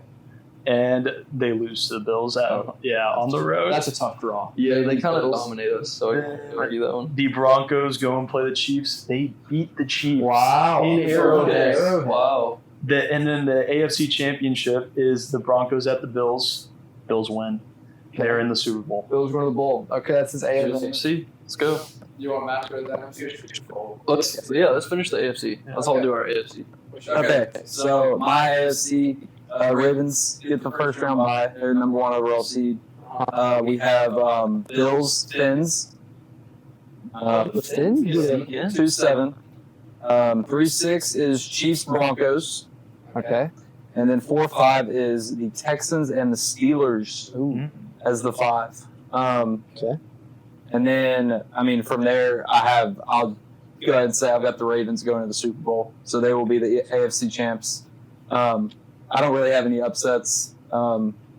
Unfortunately, the Fins will be going on their 26th year without a playoff win. So, Sorry, but, Fins. yeah. Well, chalk usually does happen in the NFL playoffs, so probably a safe bet. Yeah. I'm not saying that can't happen. You'll see. We'll see. Actually, I'd love to see it. The Steelers, I looked at this wrong. The Steelers are going to beat the Texans. Sorry. I wouldn't even know if I'd call that an upset. Sorry. Yeah, but I looked at my seeding, and Steelers are technically, seeding-wise, upset. I got So, that's what I got. Y'all go ahead. First seed in the AFC. No shock to anyone. I got the Buffalo Bills taking it. Okay. Second seed, the Baltimore Ravens. Strong team. Already talked about them. Third, we got the Kansas City Chiefs. Fourth, we got the Houston Texans. Fifth, first wild card, I got the Pittsburgh Steelers. Just wild card fashion. It's Good what for we the do. Steelers. It's good for the soul. Good draw for the Steelers. Great draw for the Steelers. We'll get to that. Sixth seed, I got the LA Chargers. And then sneaking in with a 9-8 record, I got the Denver Broncos with a tiebreaker over the Cincinnati Bengals. Interesting. So for the 2-7, Ravens and Broncos, I got the Ravens winning that pretty handedly. The 3-6, I actually have the Chargers upsetting the Chiefs in Arrowhead. Wow. Reasoning for that, they play each other twice a year. Yeah, why not? I think Harbaugh is a great coach. They got Herbert. If any team has the tools to do it in Arrowhead, I think it's a divisional opponent, and I think they could pull it off. Love it. And then the 4-5 with the Houston Texans and the Pittsburgh Steelers, kind of like what JP was saying. I think it's a game that they would probably be 2.5-point favorites just because they're at home, but I think we're the better team, You are. and I think we would take that one. But for my Super Bowl appearance from the AFC, I'm very much between the Bills and the Ravens, but I'm going to go with the Bills. I think this is Josh Allen's year to kind of get Bills over the Ravens in the Yep. AFC Championship? Yep. Gotcha. Those are the 2 best teams in the AFC. My top 7 in the AFC, I do have the Baltimore Ravens as my number 1 seed at 13-4, followed up by the Buffalo Bills as the 2. I have the Denver Broncos winning the division. They are my 3 seed. The Houston Texans, I guess everybody except Matt Took the Texans as their 4 seed at 9 and 8. They're my 4 seed. My 5 seed is the defending AFC champ, Kansas City Chiefs. I do have the Steelers as the 6th seed, and the Chargers bringing up as a very, very strong 7. The first round, I do have Buffalo breaking the hearts of all the Jim Harbaugh and Justin Herbert believers. Unfortunately, they go home. We'll see you next year. Hopefully, Rashawn Slater comes back healthy, and the Chargers can make a better run at it.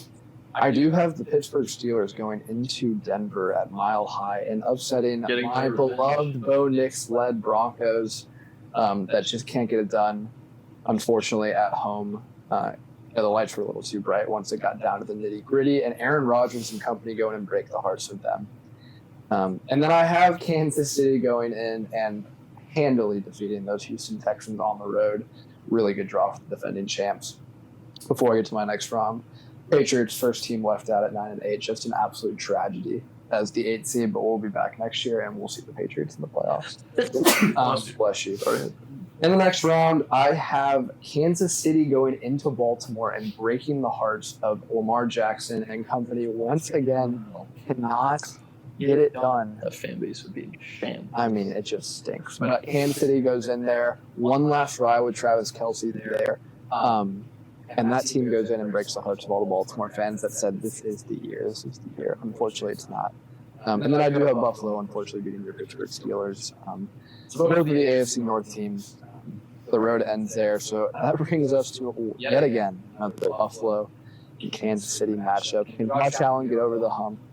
And I predict that he does this year. He finally gets it done. Kansas City goes into Buffalo, and I do have the Bills making it to the Super Bowl as the AFC representative. Now we go to the NFC. What you got from that? Alrighty. So my 1 seed being the Commanders, they get the bye. 15 and 2. Then we got the Rams at the 2 seed, Vikings at the 3, Buccaneers at the 4, Eagles at the 5, Packers at the 6, and the Cardinals at the 7. Ooh, Cards weekend. The Cards will go to Los Angeles, but they will lose to the Rams. That's too bad. The Packers will go to Minnesota, and they will lose. Oh, yeah. Come on. Vikes, get it done. And then the Eagles go to Tampa Bay, and they lose. Wow. Big show. Wait, hold on, you think J.J. McCarthy's going to win his first ever playoff game? In U.S. Bank Stadium. Wow. Yes. All right, so then we go on to the next round. Great pick. The Bucks will go to Washington, and Washington sneaks it out. Oh, they sneak it out. Yes. They don't They dominate. were underdogs as the 15-2. They don't dominate. No, They sneak it out. And the Vikings will get their revenge in Los Angeles. Oh, wow. A revenge narrative. Okay, what are we doing here? Okay, but Vikings go to the bowl? The Vikings will go to Washington, cold Washington in December, and they win. It is a Vikings-Bills Super Bowl. Wow. Don't give us the I don't want to know the outcome yet because my I'm going to see. Vikings-Bills Super Bowl from Mr. Irrelevant. That's got to be the first one. Just an honor. I mean, J.J. McCarthy is the truth. Super Bowl MVP. I mean, this is unbelievable. We'll get to that. Okay, wait. I'm writing narratives, right? Like beautiful I stories. mean, honestly, dude, getting us clips. Gotta get. You want me to follow that up? Please, I don't want to. Okay. I have the Eagles as the 1 seed getting the bye. Jeez, holy. What did this happen? So my 2-7 matchup is the Packers Lions. So That's a tough match. yeah, no. 3-6 is Rams and Vikings. Little revenge. Yeah. Actually, Yeah, spoiler, but spoiler, but they have your number. And then 4-5 is Bucks Commanders. I think the Commanders take that game. I am gonna just go ahead and say that my NFC representative in the Super Bowl will be the Green Bay Packers. Wow. So my Super Bowl right now is the Lamar Jackson Ravens and the Jordan Love Green Bay Packers. Interesting. Wow. matchup. Bold. I would argue that might be. No, it's not more bold. No, absolutely not. All right, Gabe. Who do you got in the NFC? All right, let's do it. I got the Philadelphia Eagles as the overwhelming 1 seed, getting the first round bye. After that, the 2-7, which is a game, an NFC Championship rematch between the Lions and the San Francisco 49ers. I do have the Lions winning that game. After that, we got Green Bay going into Tampa, but I got Tampa taking them down. Wow. Big believer in Tampa Go this Bucs. year. And then the 4-5, which is a game that I would kill to see. We got the Rams and the Commanders. Ooh, And I got the Rams taking them down. very nice. I got Commanders going out in round 1. You hear that? Um, Squeaking it out. just barely over the 15-2 Commanders. But after that, this might be a hot take, boys. Let's hear it. But I have the Tampa Bay Buccaneers getting to the bowl. I love it. Really? Yeah. I really do I like got I the Big love Show. I think he could have an MVP year, man. Could. He's got the weapons. He's got the line. The vibes are good. So I got him going to the Are they beating Philly in championship. Philly? They are beating Philly in Philly. Very, very interesting. Yeah. Good segue. So Tampa is my 1 seed, like I said. They will be getting a bye in the first round. And the Eagles will be matching up with the Washington Commanders in round 1, the 2-7. The Commanders sneak in just over those Atlanta Falcons that were just trying to make a late push, but the Falcons play the Commanders head-to-head in the regular season. I think the Commanders will get the best of them and get in the playoffs as a 7. And I do have the Eagles beating the Commanders, ending Jaden Daniels' historic run for the time being, putting a halt on that for the defending champs. I have the Packers as my 3 seed. They will be facing the Detroit Lions as a 3-6. And I have Detroit going into Green Bay and defeating the Jordan Love-led Packers. Maybe they don't get it done in the regular season, but Dan Campbell and the boys bring it to the playoffs, and they just overwhelm the Packers on the road, get it done. And then I do have the Rams as my 4 at 11-6, and they play your Minnesota Vikings. I'm surprised that we all had. Do you have the Minnesota playing the Rams as well, or is that just us 3? All 3 of us have Minnesota versus the Rams. Oh, yeah. Minnesota and the Rams play each other in the playoffs. I think we all just love that narrative of that game being played, and I do have the Rams once again. I'm sorry, JJ. The lights are a little bright in that moment. It's okay. But the Rams are going to get it done. On to round 2. Tampa Bay will end Matt Staff's run there and the Bake Show. They take it at home. Philly takes down the Lions. The Lions are a tough team, but Philly's tougher, and they're going to get it done. So Philly now goes into Tampa Bay, and I love those Tampa Bay Bucks, man, but Philadelphia is just too strong. They have that, that status of the defending champs. They're going to go back to the bowl, and we are going to get the Super Bowl that everybody wants to see, and a Buffalo Bills versus Philadelphia Eagles Super Bowl. Both teams as 2 seeds winning and getting in. Maybe not, living up to the expectations of the regular season, but certainly living up to them in the playoffs. We get our Super Bowl that all the fans want. I want to see the outcome of this Super Bowl. No, you guys go first, and then I'll tell you. It's Oh, no. Well, I'll go ahead and just keep rolling then. I do have the Buffalo Bills as my Super Bowl champ, defeating the defending champs of the Philadelphia Eagles by a final score of 30-27. And Josh Allen is your Super Bowl MVP. And add that to the resume, and he is heralded the best quarterback in the NFL for the foreseeable future. So that is my pick, the Buffalo Bills. Unfortunately, it's not my Patriots this year, but we'll see in the future. But shout out to Josh Allen and the boys. They're a likable team. They're going to get it done this year. The Bills winning would hurt me a little bit. They would. But they're not in my Super Bowl. But my winner also comes from the AFC. Give me Lamar against the Packers. The Ravens been knocking on the door.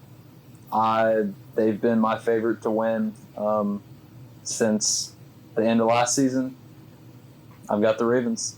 The Ravens get it done. And with Lamar being the MVP. 2 emotional Super Bowls. It would be Buffalo's first Super Bowl of all time, and we just love it. We add another trophy to Lamar's arsenal. We do. And then he defeats all the allegations, which he doesn't defeat allegations in my projection, but in yours, I would love for that to happen for Lamar. I love Lamar, but I would absolutely hate to see that You would. division rival get in the bowl. Mine's a little different. Let's Mine's hear a it. little different, and it's a team that we know and love. but I don't think a lot of people are taking them seriously as Super Bowl contenders. But I'm going with the Tampa Bay Buccaneers to beat the Bills in the Super Bowl. And my Super Bowl MVP with 150 yards and 2 tuds is Mike Evans. Dude, And he goes out on top. Oh, and he's done? And he's done. He rides off in the sunset. Calls it. I love it. Love that. Good for Mike Evans, good for Baker Mayfield, and good for the Tampa Bay Bucs. Their first one since Brady. Yeah. I don't think they're the better team, but Are they I a want to be spoiled different. fan base now? Yeah. Are they a spoiled fan base now? I was going to say, they've had a lot of That's the success. product of a terrible division. But That's true. not this year. They're going to prove it. I love it. Well, good for Tampa Bay, and All eyes are on Mr. All right, Relevant. here we go. Let's hear it. Please Picture tell me. this. Close your eyes, close your eyes. The sun is setting on a beautiful day in San Francisco. Beautiful day in San Francisco. JJ McCarthy's strutting in to Levi Stadium as a rookie quarterback about to lead his team to a Super Bowl.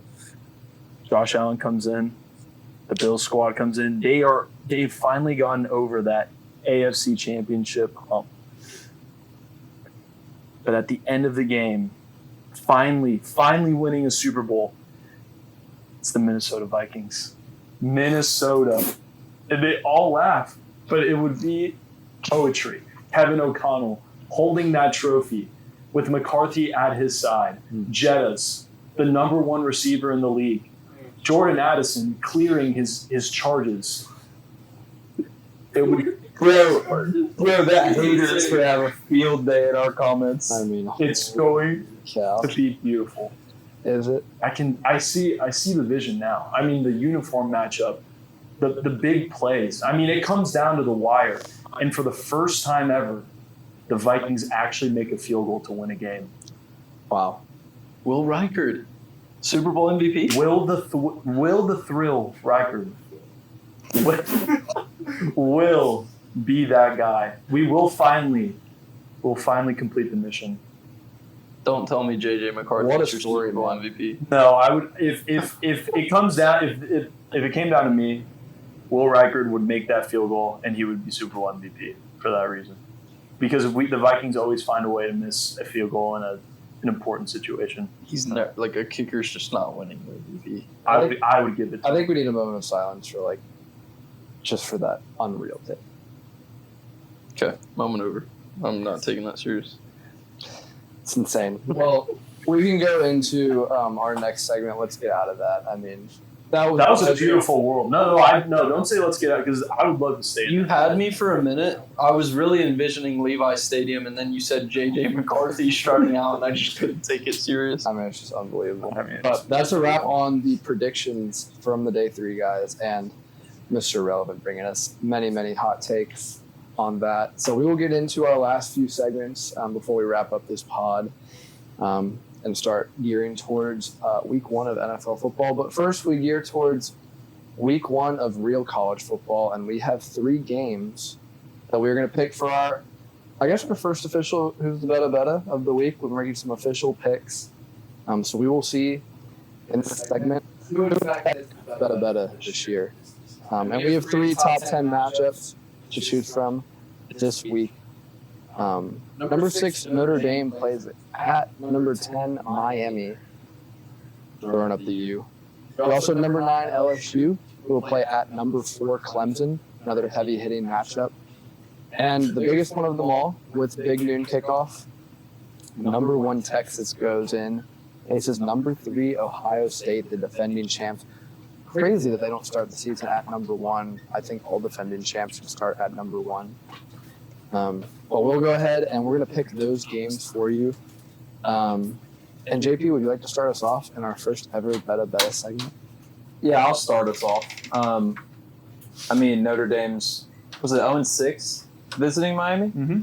Yeah, they're going to be 0-7. Give me the Hurricanes. Wow, this is starting with the U. Yeah. Catholics versus comics, man. The winner. Yeah. Well, I guess we'll go ahead and go shoot game by game. Who do you got, Notre Dame versus Miami? I thought I was going to be different here, but I'm also going to go Wow. Kings down. Oh, the Irish. I love it.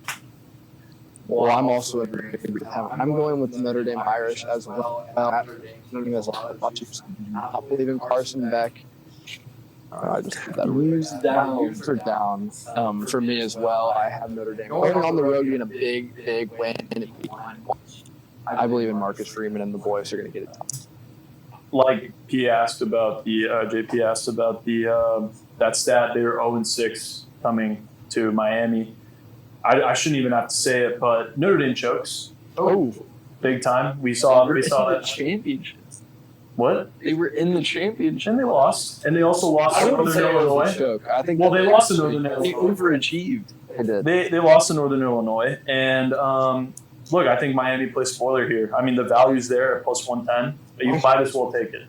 You might as well take that. That is, what are you going to take? You're going to take Notre Dame at minus 130? What are you going to make with that? No, you're not going to make anything. Make money. No, you're not, because Miami's winning this game. Okay. We're coming out on top. I feel like I knew that was coming. Yeah. But hey, respect it, dude. Are you gonna throw up your U real quick? Are you gonna? I already threw it up multiples, but I can throw it up once more. Yeah, we're throwing it down.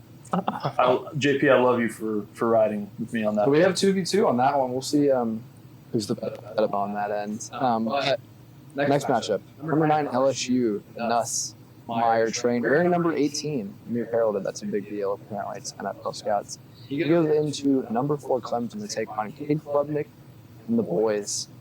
JP, who do you got in that game? You know, this one really tears me apart. Like, in my college prediction last week, I had Cade Klubnik with the Heisman. But like, this is gonna be a great game. And you know, I'm gonna ride with my Heisman favorite. I'm riding with Clemson. I don't know. LSU, and especially last year with their first game, the USC and Miller Moss. Yep. Yeah. BK needs to figure out how to win big games. I think Clemson takes it. I like it. Just gotta say, I'm with you. I think this is gonna be such a close game. I think it'll probably be the best game of the weekend. I know we'll get to the one after this, but I just gotta say I'm gonna be watching this game closely, really because of the quarterbacks. I mean, I think the Steelers are gonna be trading up next year, and both of these guys could be targets. So, very excited to watch. I do have Clemson winning this game, strictly because I think Brian Kelly is on his last legs there, and dropping this one is just gonna add fuel to the fire. And I do think Clemson's a good team. Yeah. So, we got Clemson. Interesting. I'm also going with Clemson. Clemson has a ton of firepower. This team is loaded on both sides. I'm also high on Cade Klubnik this year. I'm not so high on LSU. I think they're going to struggle with a tough schedule. This is a really tough opener, and I really don't think Brian Kelly is the right man to lead that team. I think Nussmeier will play good. Maybe it'll be a high-scoring game. Maybe it won't. I could see it actually being a slugfest in week 1. I do have the Clemson Tigers getting it home. It's an SEC world. Ooh. I know saying that as a Miami fan is probably sacrilegious, but I know Clemson has a lot of steam coming into the season. They had almost 12 guys on the All ACC preseason team. So, but I don't know. I think LSU is going to be a scrappy team this year in the SEC. I think they have Nussie being very, Nussie? Yeah, Nussie being he's got something to prove, and I think LSU goes into Clemson and pulls it out. Plus the value. I mean, there's value there at plus 150.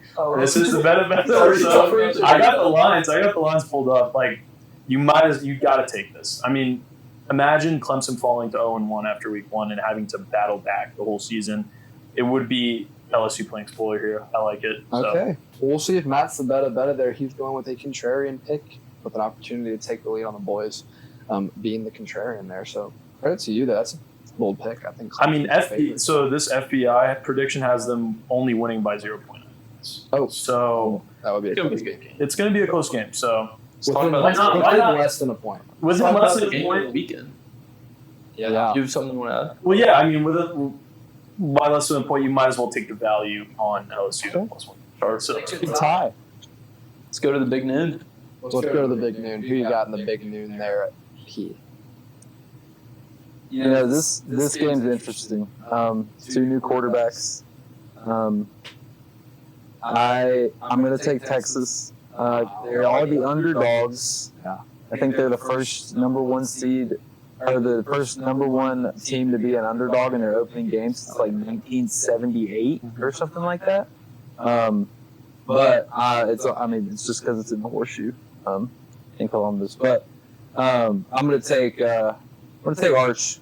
I like Arch. Interesting. But I will say my player prop is in this game. Jeremiah Smith over Oba. What's the line at? I believe 80.5. Oh, yeah. He's going over. Oba. Smashing that. Very nice. Smashing.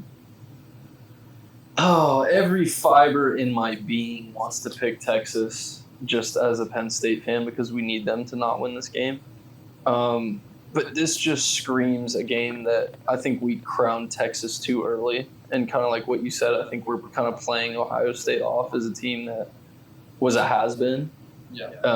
And I just think, I don't know that Sam's going to come in and have a great game. I think he'll play well, but I just think that Ohio State's defense is going to be the tail of this one.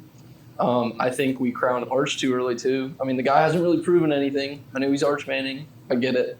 But I think he's going to a hostile place for his first real start, and I just don't see that panning out well. So give me Ohio State. I love it. I'm also on OSU. I think they're going to get that at home. I honestly would agree with everything. So I think we did crown Texas a little too early. I think that they get the toughest draw in the world to start out with all of the pressure. For some reason, it seems like Texas has more pressure than Ohio State in this game, and Ohio State is the defending champs.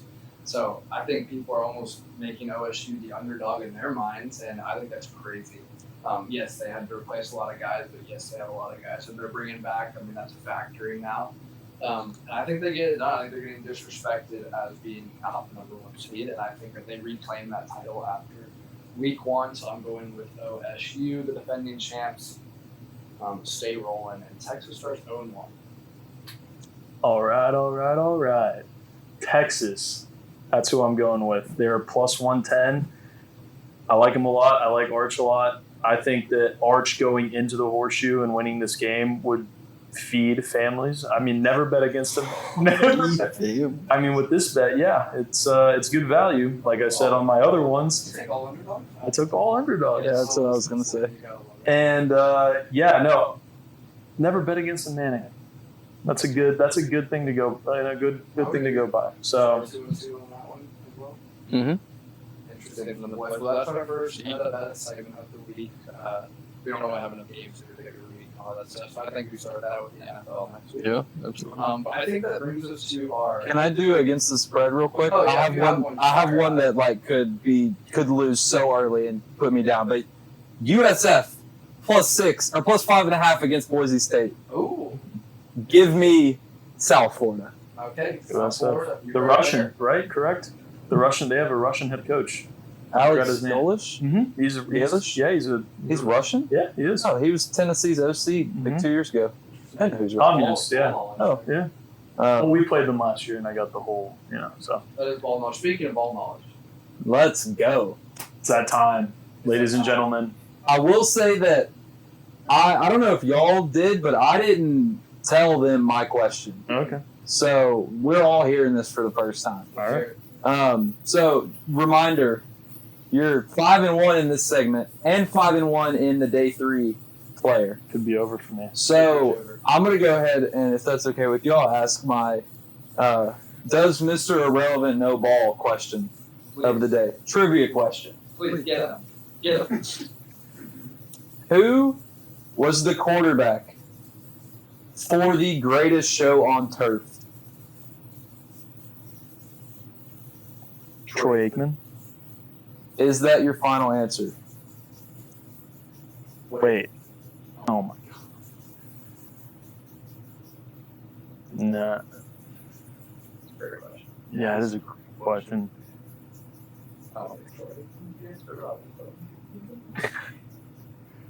No, it's not. The greatest show on turf. Wow, you got me. Yeah, I don't know. Yeah. Kurt Warner. Kurt Warner, the greatest show on Yeah, turf. legend. Okay. All right. Very nice. Well, we got him. Question. Well, Good for the boys. Got him. Finally something. Very nice. Hey, You got me. that was a tough one. I won't lie to you. If I could have pieced together the It was a racial confident unfair Troy thing. Aikman goal there. Well, I don't know. Right because- era. Yeah. Yeah. Well, it was a little earlier than that. Like, I mean, or later. It's close. Kurt was that. Yeah. But yeah. You know? I got one that hits home for you there, Bob. Okay. We love those. Which Vikings wide receiver set the single season rookie touchdown reception record? A rookie. Mm-hmm. Oh my gosh! It could be Moss. Could be Carter. Could be Stefan. It could be Jettas. Could be one of those four. I'm trying to think because, I mean, Jefferson scored in his first game, but I don't know. I can't remember how Stefan did as a rookie. And I definitely don't know how Randy Moss or Percy Harvin did as I can't remember. Old Percy Harvin. I don't know where to go. I'm gonna say it's Stefan. That's a good take, but it is incorrect. Who was it? Randy Moss with a rookie record 17 touchdown receptions. Should have said Randy. That's a tough cue, man. Y'all had a lot of good rookie receivers. Oh, jeez. I don't know. I told you we're coming more difficult this week. That's good. So this one's a tough one as well. This is in a whole different realm. I'm going towards fantasy football here. Oh my gosh. But it's super correlates to the NFL season.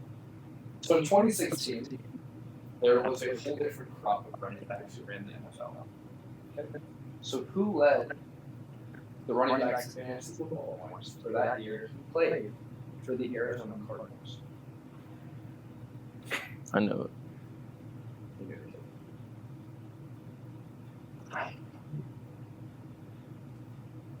Could you tell me where he went to college? No. Because then I would get it. Nope. Then tell me where he went to college. I don't know where he went to college. I don't know that off the top. It wouldn't help you. I don't have anything. Like there's literally Can you name an Arizona Cardinals running back? I mean, Before James Conner, Conner. before James- No. Who was the quarterback at the time? Might have been Carson Palmer. Carson Palmer. Actually, I don't think it was Carson Palmer. Might have been. In Arizona? Yeah. I think it was actually. Probably actually, yeah, 2016. No idea. Yes, sir. It's David Johnson. Yeah, I wouldn't have gotten. That's just way too Oh, for 3. Got him. brutal. We got him. 5 and Those were 4 tough is questions. just That was. brutal. That was. I think you should have gotten yours. Probably. I should have gotten the It's great a show on confusing turf one, one. The Vikings are a tough team. Yeah. But 0 for 3 so far.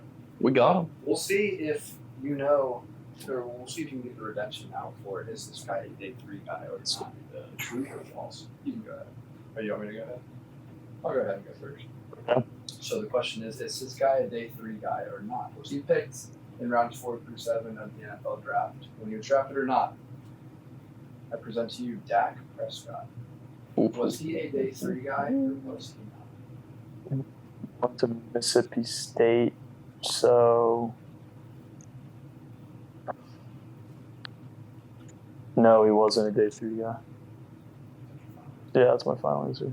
He was a day 3 guy. He was the replacement for Tony Romo, picked in the 4th round of the draft. He's one of us, Dak Prescott. Might be his last year at the helm of the Dallas Cowboys, but he is one of us. Oh, for 4. Whew. I'm sorry. Generational fall. Wait, somebody take the ball. I gotta do a Steeler. Okay.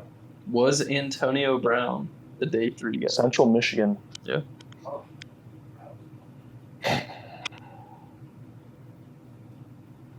No, he wasn't a day 3 guy. Final answer. Yes. He was a day 3 guy. He's a 6th round pick. One of our finest, actually. Oh, one of the best. I'm Oh. so CTSBN. I'm so sorry. Please, I want to be white boy of the week, please. Man. Over 5. I mean, that record is going. Mike check here. Mike's dead. Mike's dead. That's fine. Mine's about to die too. Yeah. Okay. Well, I'll just go ahead and say mine. Can you hear me? Yeah, I can do. Well, I mean, it doesn't matter at this point. Okay. Well, mine is Amon-Ra. When was Amon-Ra picked?